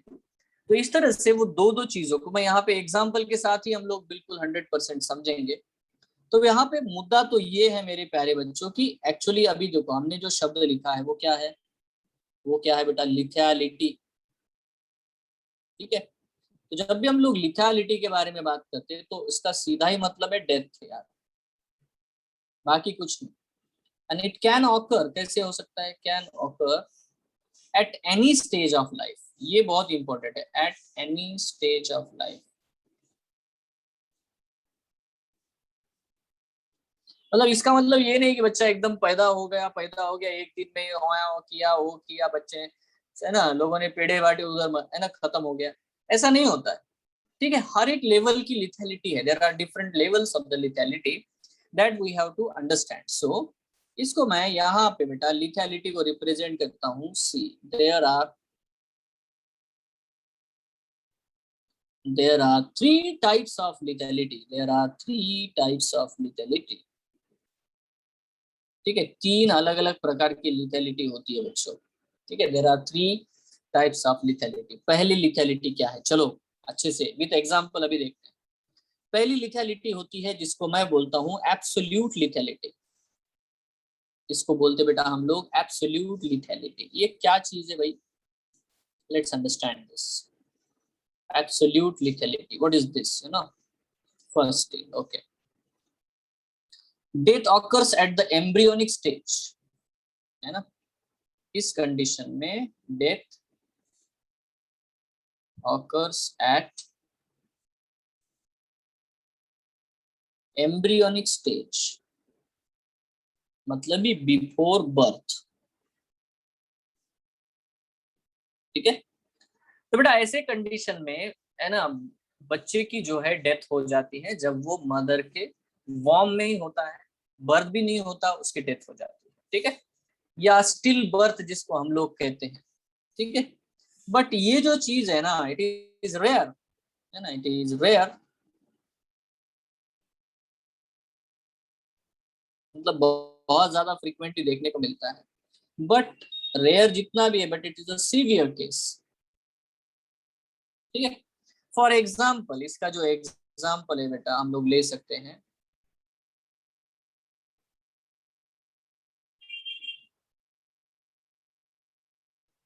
Haemophilia in female.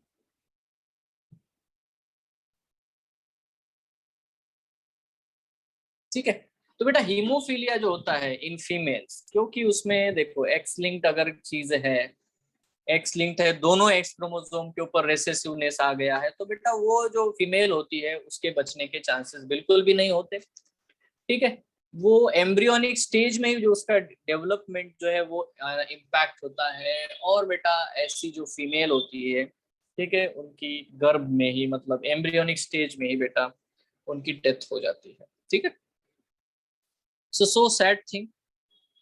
ठीक है, ये रहा बेटा पहली केस। दूसरी केस क्या है, सेकंड चीज क्या है जिसको हम लोग बोलते हैं, देखो सेकंड है जिसको हम लोग कहते हैं सब लिथैलिटी।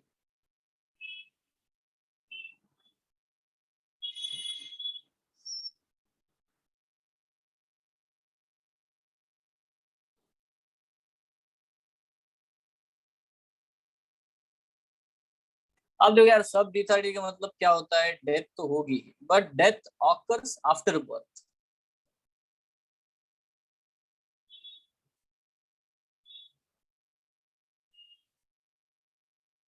ठीक है, बट अब नो प्रॉब्लम ना, उसमें क्या है, देखो death occurs after birth, after birth death होती है, बट बिफोर मैच्योरिटी।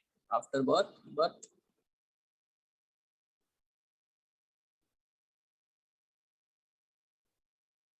देखो 12 साल के होते होते लोगों की, मतलब 12 साल 14 साल इतने, है ना, उम्र जीते हैं, और बट वो ज्यादा दिनों तक सरवाइव नहीं कर सकते। ठीक है, और ये बहुत ज्यादा कॉमन है, मतलब इसके जैसा नहीं है, it's a very common, very common thing. ठीक है, अभी देखो इसका एग्जाम्पल आप लोगों ने भी नोटिस किया होगा, देखा भी होगा, है ना, most of the human genetical disorders इसी कैटेगरी में आते हैं।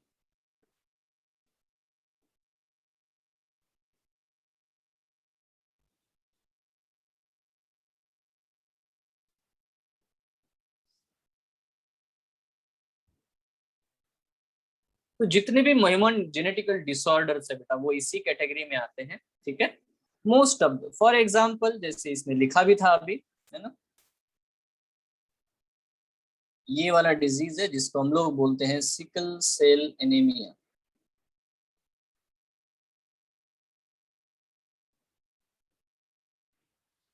तो इस केस में जो है आपको सब लिथैलिटी देखने को मिलती है। तीसरी चीज है, ऑब्वियसली बेटा आप समझ गए होंगे तीसरा क्या हो सकता है ना।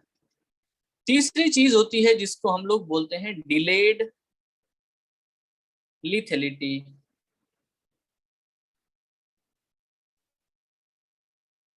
अब इसमें होता क्या है भाई,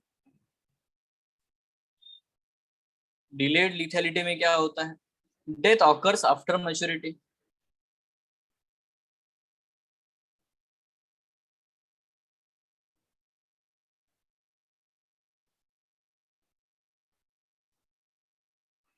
ठीक है, एग्जाम्पल देखो इसमें, अगर हम लोग देखेंगे एग्जाम्पल बहुत सारे हैं। ठीक है, जिसको हम लोग है ना लेट एज, मतलब बूढ़ा होते होते उसमें वो सिम्टम्स आ जाते हैं। ठीक है, so let as genetical disorders आपको देखने को मिलेंगे जो बाद में उभर करके आते हैं, जैसे कि एग्जांपल लाइक, कोई बताएगा any example you if you think. देखो ये वाले जो डिजीज होते हैं जिसको हम लोग एल्जाइमर कहते हैं। हाँ नहीं, कैंसर तो नहीं बोलेंगे, ठीक है। तो ये जो होता है ना अल्जाइमर, ठीक है, या तो और एक डिजीज है जिसको हम लोग, ये खास करके मेंटल रिटार्डेशन एंड बहुत सारी चीजों से ना ना नर्वस फेल्यूर जो होता है, ठीक है, हंटिंगटन, है ना, हंटिंगटन कोरिया, इनके बारे में हम लोग बात करेंगे, हंटिंगटन कोरिया वगैरह के बारे में बात करेंगे क्योंकि ये जेनेटिकल डिसऑर्डर है। तो एक पूरा पोर्शन हमें जेनेटिकल डिसऑर्डर के बारे में पढ़ना है, बट आपको ये समझना है कि ऐसी लिथैलिटी आपको बहुत ज्यादा, मतलब 45-50 ये एज क्रॉस होने के बाद में, हाँ डिमेंशिया, डिमेंशिया देखो ये अलग ही प्रोसेस हो सकती है ना। डिमेंशिया के बहुत सारे कारण हो सकते हैं, स्ट्रेस भी हो सकता है डिमेंशिया का कारण, ठीक है। सो एल्जाइमर्स, हंटिंगटन डिसऑर्डर, कोरिया, ये जो डिसऑर्डर्स है ना ये जेनेटिकल है बच्चों, ठीक है। देखो हम लोग अगर एग्जाम्पल के फॉर्मेट में लेते हैं, जैसे कि यहाँ पे हम लोग पॉइंट लेते हैं, साइजोफ्रेनिया इज ऑल्सो अगेन, यस, है ना, पार्किंग। चलो ठीक है, हम लोग देखेंगे एक एक सारे अलग अलग प्रकार के डिसीज के बारे में बात करेंगे। देखो यहाँ पे है ना, लीथल जीन जो है किसने डिस्कवर किया था, is discovered by Q not, ठीक है। तो ये भाई साहब थे जिन्होंने ये लीथल जीन डिस्कवर किया था, कहाँ पे, इन कोट कलर इन माइस, ठीक है।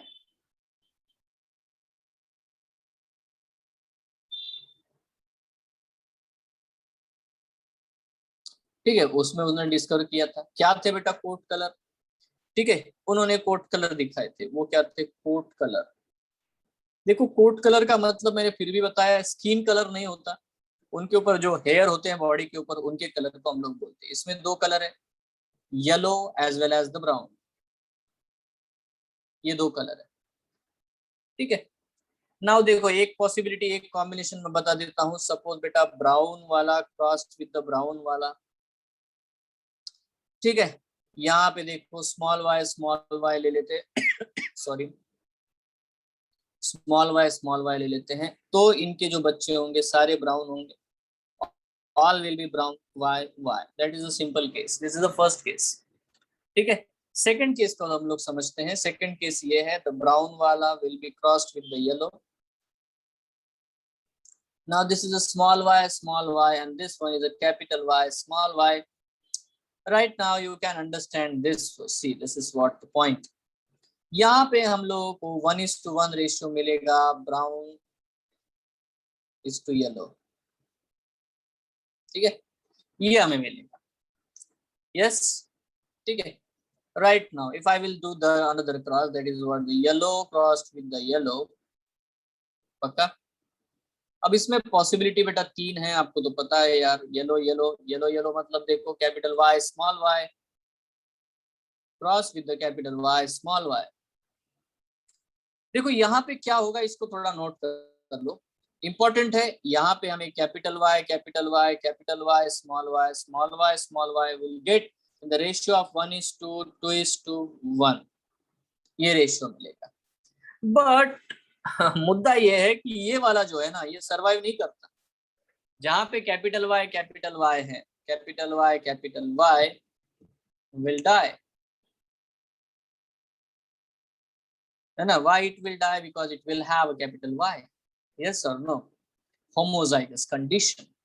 तो जब एक्चुअली हमें रेशियो मिलता है वो रेशियो मॉडिफाइड है, एक्चुअली हमें 2:1 ही रेशियो मिलता है, क्योंकि है ना हमें बस दो ही प्रकार के येलो मिलेंगे और एक ब्राउन मिल सकता है, ठीक है। तो हमें तो मिलने चाहिए थे, है ना। यहाँ पे देखो जो है ना ये जो होता है will die in embryonic embryonic stage.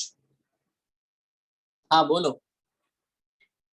ठीक है, तो ये बहुत ही नॉर्मल सा पॉइंट है, ये बहुत नॉर्मल है। Let's understand this. लिथैलिटी का क्या मतलब है? लिथैलिटी का मतलब है कि जब भी कोई जीन अपने होमोजाइगस कंडीशन में आ जाता है और वो इस तरह के बेटा केमिकल्स या टॉक्सिन्स बनाना शुरू कर देता है या मेटाबॉलिज्म को इस तरह से अल्टर कर देता है कि उस ऑर्गेनिज्म को सरवाइव करना मुश्किल हो जाता है, इसी को हम लोग कहते हैं बेटा लिथैलिटी।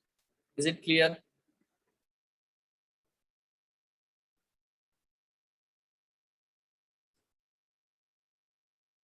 ठीक है। देखो, अगर हम ह्यूमंस के बारे में बात करते हैं, when we talk about the human, हो गया क्या रे? क्या क्रिश का क्या देखना चाहता था, कौन सा वो, है ना? सो मुद्दा ये है, देखो मुद्दा ये है बच्चों कि लिथैलिटी वाला जो पोर्शन है वो अगर हम ह्यूमन बींग्स के बारे में भी जान ले तो अच्छा है। इन ह्यूमंस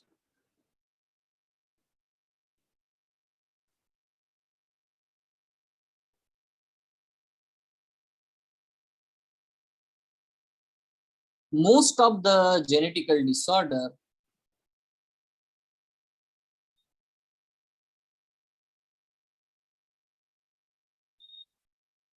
है ना, ये लिथल हो सकते हैं। एग्जाम्पल जो अभी मैंने बताया भी था आपको, एग्जाम्पल है बेटा सिकल सेल एनीमिया।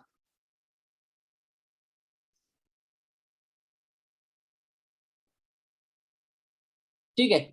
अब इसमें क्या होता है, हम लोगों को ये कॉम्बिनेशन मिल सकता है जिसको हम लोग बोलते हैं HbS,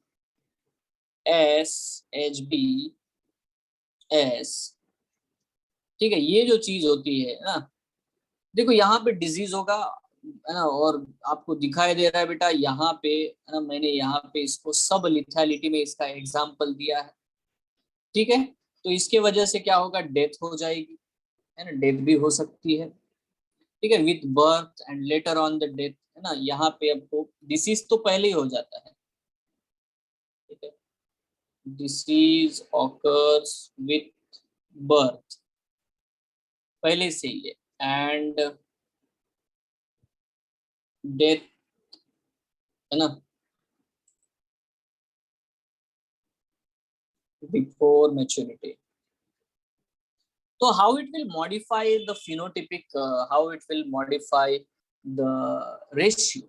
ठीक है, तो जब भी आपको एग्जामिनेशन में रेशियो पूछा जाएगा, ratio of lethal gene for the monohybrid cross, ठीक है, तो आपका आंसर आना चाहिए 2:1। ये बस, ये इंपॉर्टेंट है, सबसे इंपॉर्टेंट तो यही है ये क्वेश्चन, कि लीथल जीन का जो रेशियो होगा वो 3:1 नहीं होगा, वो होगा 2:1।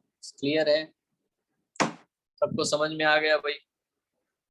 है ना, लिथैलिटी का बिल्कुल बिल्कुल नॉर्मल है। अब जो सबसे मेन चीज है बेटा, ये तो है लिथैलिटी। एक्चुअली मैंने इसलिए बताया क्योंकि हमें बहुत बार ये वर्ड आपको देखने को मिलेगा, तो हम लोगों ने पूरा लिथैलिटी को पढ़ा। Right now we are just understanding this simple फंडा।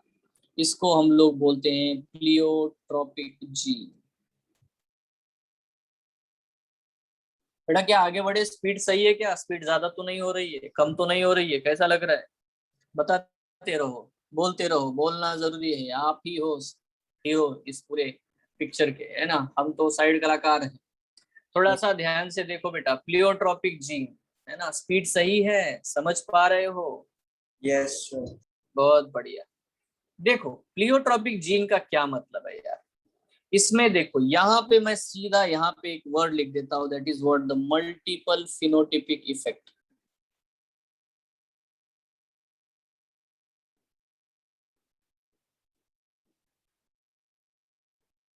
प्लियो का मतलब होता है वेरियस, और ट्रॉपिक का मतलब होता है direction. So one single gene is expressing in many direction, many ways. ठीक है, एक ही आदमी अलग अलग प्रकार के कार्यक्रम कर रहा है, ऐसा उसका मतलब हो सकता है। Anyway, so here we talk about what the, yes is ratio is very simple ना। यहाँ पे मैंने दिखाया ना, ये देखो ये 1 तो गया, इसलिए बचा तो बस आपको यही।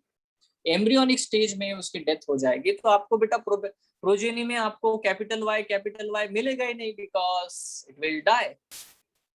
इसीलिए यहाँ पे बताया था ना, मैंने एक्सप्लेन भी किया इसको, ठीक है, 2:1 वाला रेशियो। एनीवे, तो बच्चों यहाँ नोटिस करो यार क्या मुद्दा है। वन जीन रेगुलेट, ये बहुत ही अच्छे से समझना। वन जीन रेगुलेट क्या रेगुलेट करेगा?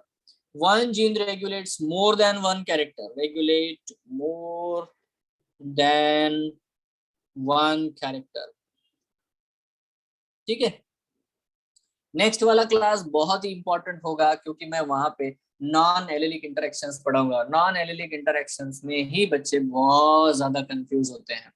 मतलब नेक्स्ट 2-3 लेक्चर बेटा देखो, नॉन एलिलिक इंटरेक्शन और क्रोमोसोमल बेसिस ऑफ इनहेरिटेंस, जिसमें हम लिंकेज का कंसेप्ट पढ़ते हैं, तो वो भी बेटा थोड़ा सा कंफ्यूजन वाला होता है। So let's first finish this one. One gene regulates more than one character, ये बहुत आसान है। एक ही जीन बहुत सारे अलग अलग कैरेक्टर शो करता है, इसी को हम लोग प्लियोट्रोपिज्म कहते हैं। देखो यहाँ पे क्या होगा, इट्स प्रोडक्ट्स, इसके जो भी प्रोडक्ट्स आएंगे, इट्स प्रोडक्ट्स, इट्स प्रोडक्ट्स, ठीक है।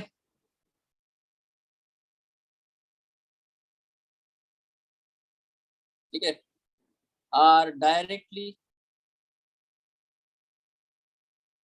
और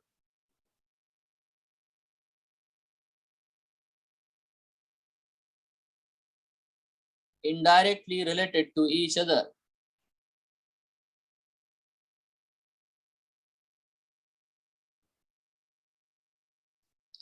ठीक है, अभी देखो हम लोग जब भी बात करते हैं, जैसे कि देखो ये मैंने बोला कैरेक्टर है यार, कैरेक्टर्स है ना। अभी देखो कैरेक्टर्स कैसे होते हैं, कुछ कैरेक्टर्स हमेशा हम लोगों को वन फ्लो वाले देखने को मिलते हैं, ठीक है, जिनको हम लोग या तो बोलते हैं बेटा मेजर कैरेक्टर और प्राइमरी इफेक्ट बोलते हैं उसको हम लोग, ठीक है, प्राइमरी इफेक्ट। अभी मैं लिख रहा हूँ, बट एग्जाम्पल में हम समझेंगे इसको, ठीक है। और दूसरा बेटा बोलते हैं जिनको हम लोग अदर्स, अदर बोलते हैं, वो होते हैं माइनर कैरेक्टर, बहुत सारे कैरेक्टर हो सकते हैं, या जिनको हम लोग बोलते हैं सेकेंडरी इफेक्ट, ठीक है, सेकेंडरी इफेक्ट। अब आपको मैं वो एग्जाम्पल बताना चाहूंगा, याद कराना चाहूंगा कि देखो यहाँ पे क्या हो रहा है। ऑब्वियसली यहाँ पे हो रहा है one gene is equal to, actually बनता है वन पॉलीपेप्टाइड, ये वाला कॉम्बिनेशन है। बच्चों थोड़ा सीरियस होते हैं, यहाँ पे देखो ये वाला क्या लिखा है भाई, कौन बता सकता है? Anyone can explain me what is this, ये क्या चीज लिखी है? one gene is equal to one polypeptide chain. Right now we are going to understand the concept with respect to the biomolecule chapter, you know biomolecules, you know, है ना। अच्छा मैं आपको अलग ढंग से समझाता हूँ। मान लेते हैं हम हीमोग्लोबिन मॉलिक्यूल को, स्ट्रक्चर को स्टडी कर रहे हैं। हीमोग्लोबिन, शायद आपने पढ़ा भी होगा कि हीमोग्लोबिन में 2 अल्फा चेन होते हैं, 2 बीटा चेन होते हैं। एवरीवन, यस एवरीवन, है ना, इसको आपने पढ़ा होगा। एक हीमोग्लोबिन मॉलिक्यूल है, उसमें 2 अल्फा चेन होते हैं, 2 बीटा चेन होते हैं। I will ask you, if there will be no alpha chain formation, what will happen? आपके ब्लड में जो अल्फा चेन बनाने वाला जो जीन है वो काम ही नहीं कर रहा है। मतलब अल्फा चेन क्या है? एक पॉलीपेप्टाइड चेन है। If it is not forming the alpha chain, what will happen? Can you tell me? बोलो, what will happen? Obviously the hemoglobin will not form, because to form the hemoglobin we need alpha chain as well as the beta chain, दोनों ही बेटा हमें चीजें चाहिए। Yes, ठीक है, इसका मतलब है हीमोग्लोबिन के एग्जांपल से हम लोग ये समझ सकते हैं कि कोई एक जीन हीमोग्लोबिन नहीं बना रहा है, वन जीन वन प्रोटीन नहीं है ना।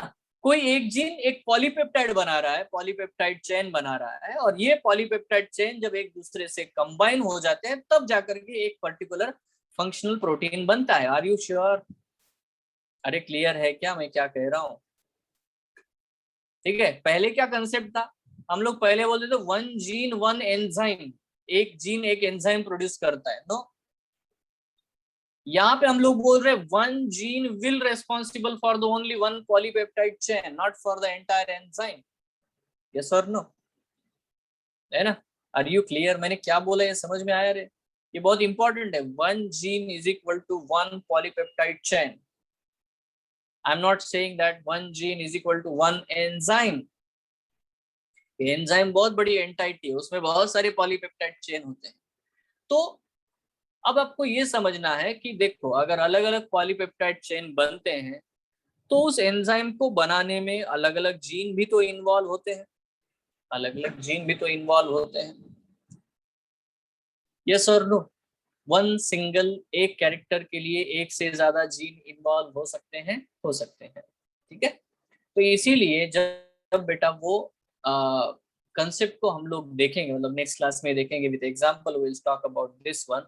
बट यहाँ आपको अभी जाते जाते मैं एक बहुत सिंपल, सीधा और सादा सा पॉइंट यहाँ पे बता देता हूँ. देखो, जिस बंदे को सिकल सेल अनीमिया हुआ है, ठीक है, उस बंदे को हम लोगों ने साउथ अफ्रीका भेज दिया. ठीक है. और पता चला कि वहां पे उस बंदे को मलेरिया हुआ ही नहीं, सारे लोग मलेरिया से मर गए, वो बच गया. नाउ हम क्वेश्चन पूछेंगे, मतलब वहां के लोगों को तो पता नहीं है इसको सिकल सेल अनीमिया, तो वहां के लोग देखेंगे कि all are killed by the malaria but this person survived. Now why he survived? which gene is responsible for the survival of this person? अब खोजबीन हुई, मतलब आपने क्या बोला, एक डिफरेंट फिनोटाइप लिया. डिफरेंट फिनोटाइप क्या है? साउथ अफ्रीका में जो बंदा इसको ऑब्जर्व कर रहा है उसके लिए फिनोटाइप क्या है? मलेरिया से मरता है या नहीं मरता? ठीक है, मलेरिया इसको होता है या नहीं होता है? Is this person malaria resistant और नॉट? ठीक है, तो आंसर मिला no, he is not malaria susceptible, he is malaria resistant. फिर खोजबीन करने पे पता चला कि अरे इसको तो सिकल सेल अनेमिया है, मतलब the gene of the sickle cell anaemia है ना is actually responsible for the resistant to the malaria. अच्छा, आपको दो फिनोटाइप दिखाई दिए. जब यहाँ पे था तो हम लोग उसको कैसे देख रहे थे, अरे इसके तो सिकल सेल अनेमिया है, that means he have the gene of the sickle cell anaemia. Yes और नो? तो क्या आपको दो कैरेक्टर नहीं लग रही है? Two different characters, two different phenotypes. Yes और नो? है ना? यस और नो? एक और फंडा बताता हूँ. उसी बच्चे, उसी लड़के को हम लोगों ने यहाँ पे मुंबई में, वो रहता है हमारे साथ, रहता है, खाता फिरता है, घूमता फिरता है, उसको कुछ प्रॉब्लम नहीं, वो हेट्रोजाइगस कंडीशन है उसमें. ठीक है, वो तो नहीं मरेगा क्योंकि वो होमोजाइगस होगा तो ही लीथल होता है. तो वो तो यहाँ पे सरवाइव कर रहा है, कोई प्रॉब्लम नहीं है. एक दिन हम सब लोग मिल करके उसको लेके गए नैनीताल, है ना, उधर भयंकर हाइट पे. ठीक है, अल्मोड़ा, नैनीताल, उधर रोहतांग पास ले गए, लद्दाख. अब लद्दाख में जाने के बाद में ये सफोकेट हो गया भयंकर लेवल पे. इतना सफोकेट हो गया कि इसको वहां पे एडमिट करना पड़ा, है ना. और वहां पे बेटा इसकी बहुत हालत खराब हो गई, बट हम बाकी सब लोगों को कुछ नहीं हुआ ना. देखो, जिसको किसी को भी नहीं पता है कि इसको सिकल सेल अनीमिया का प्रॉब्लम है, ये हेट्रोजाइगस है, तो आपको ये समझना है. आपका नजरिया क्या है वहां पे देखने पे?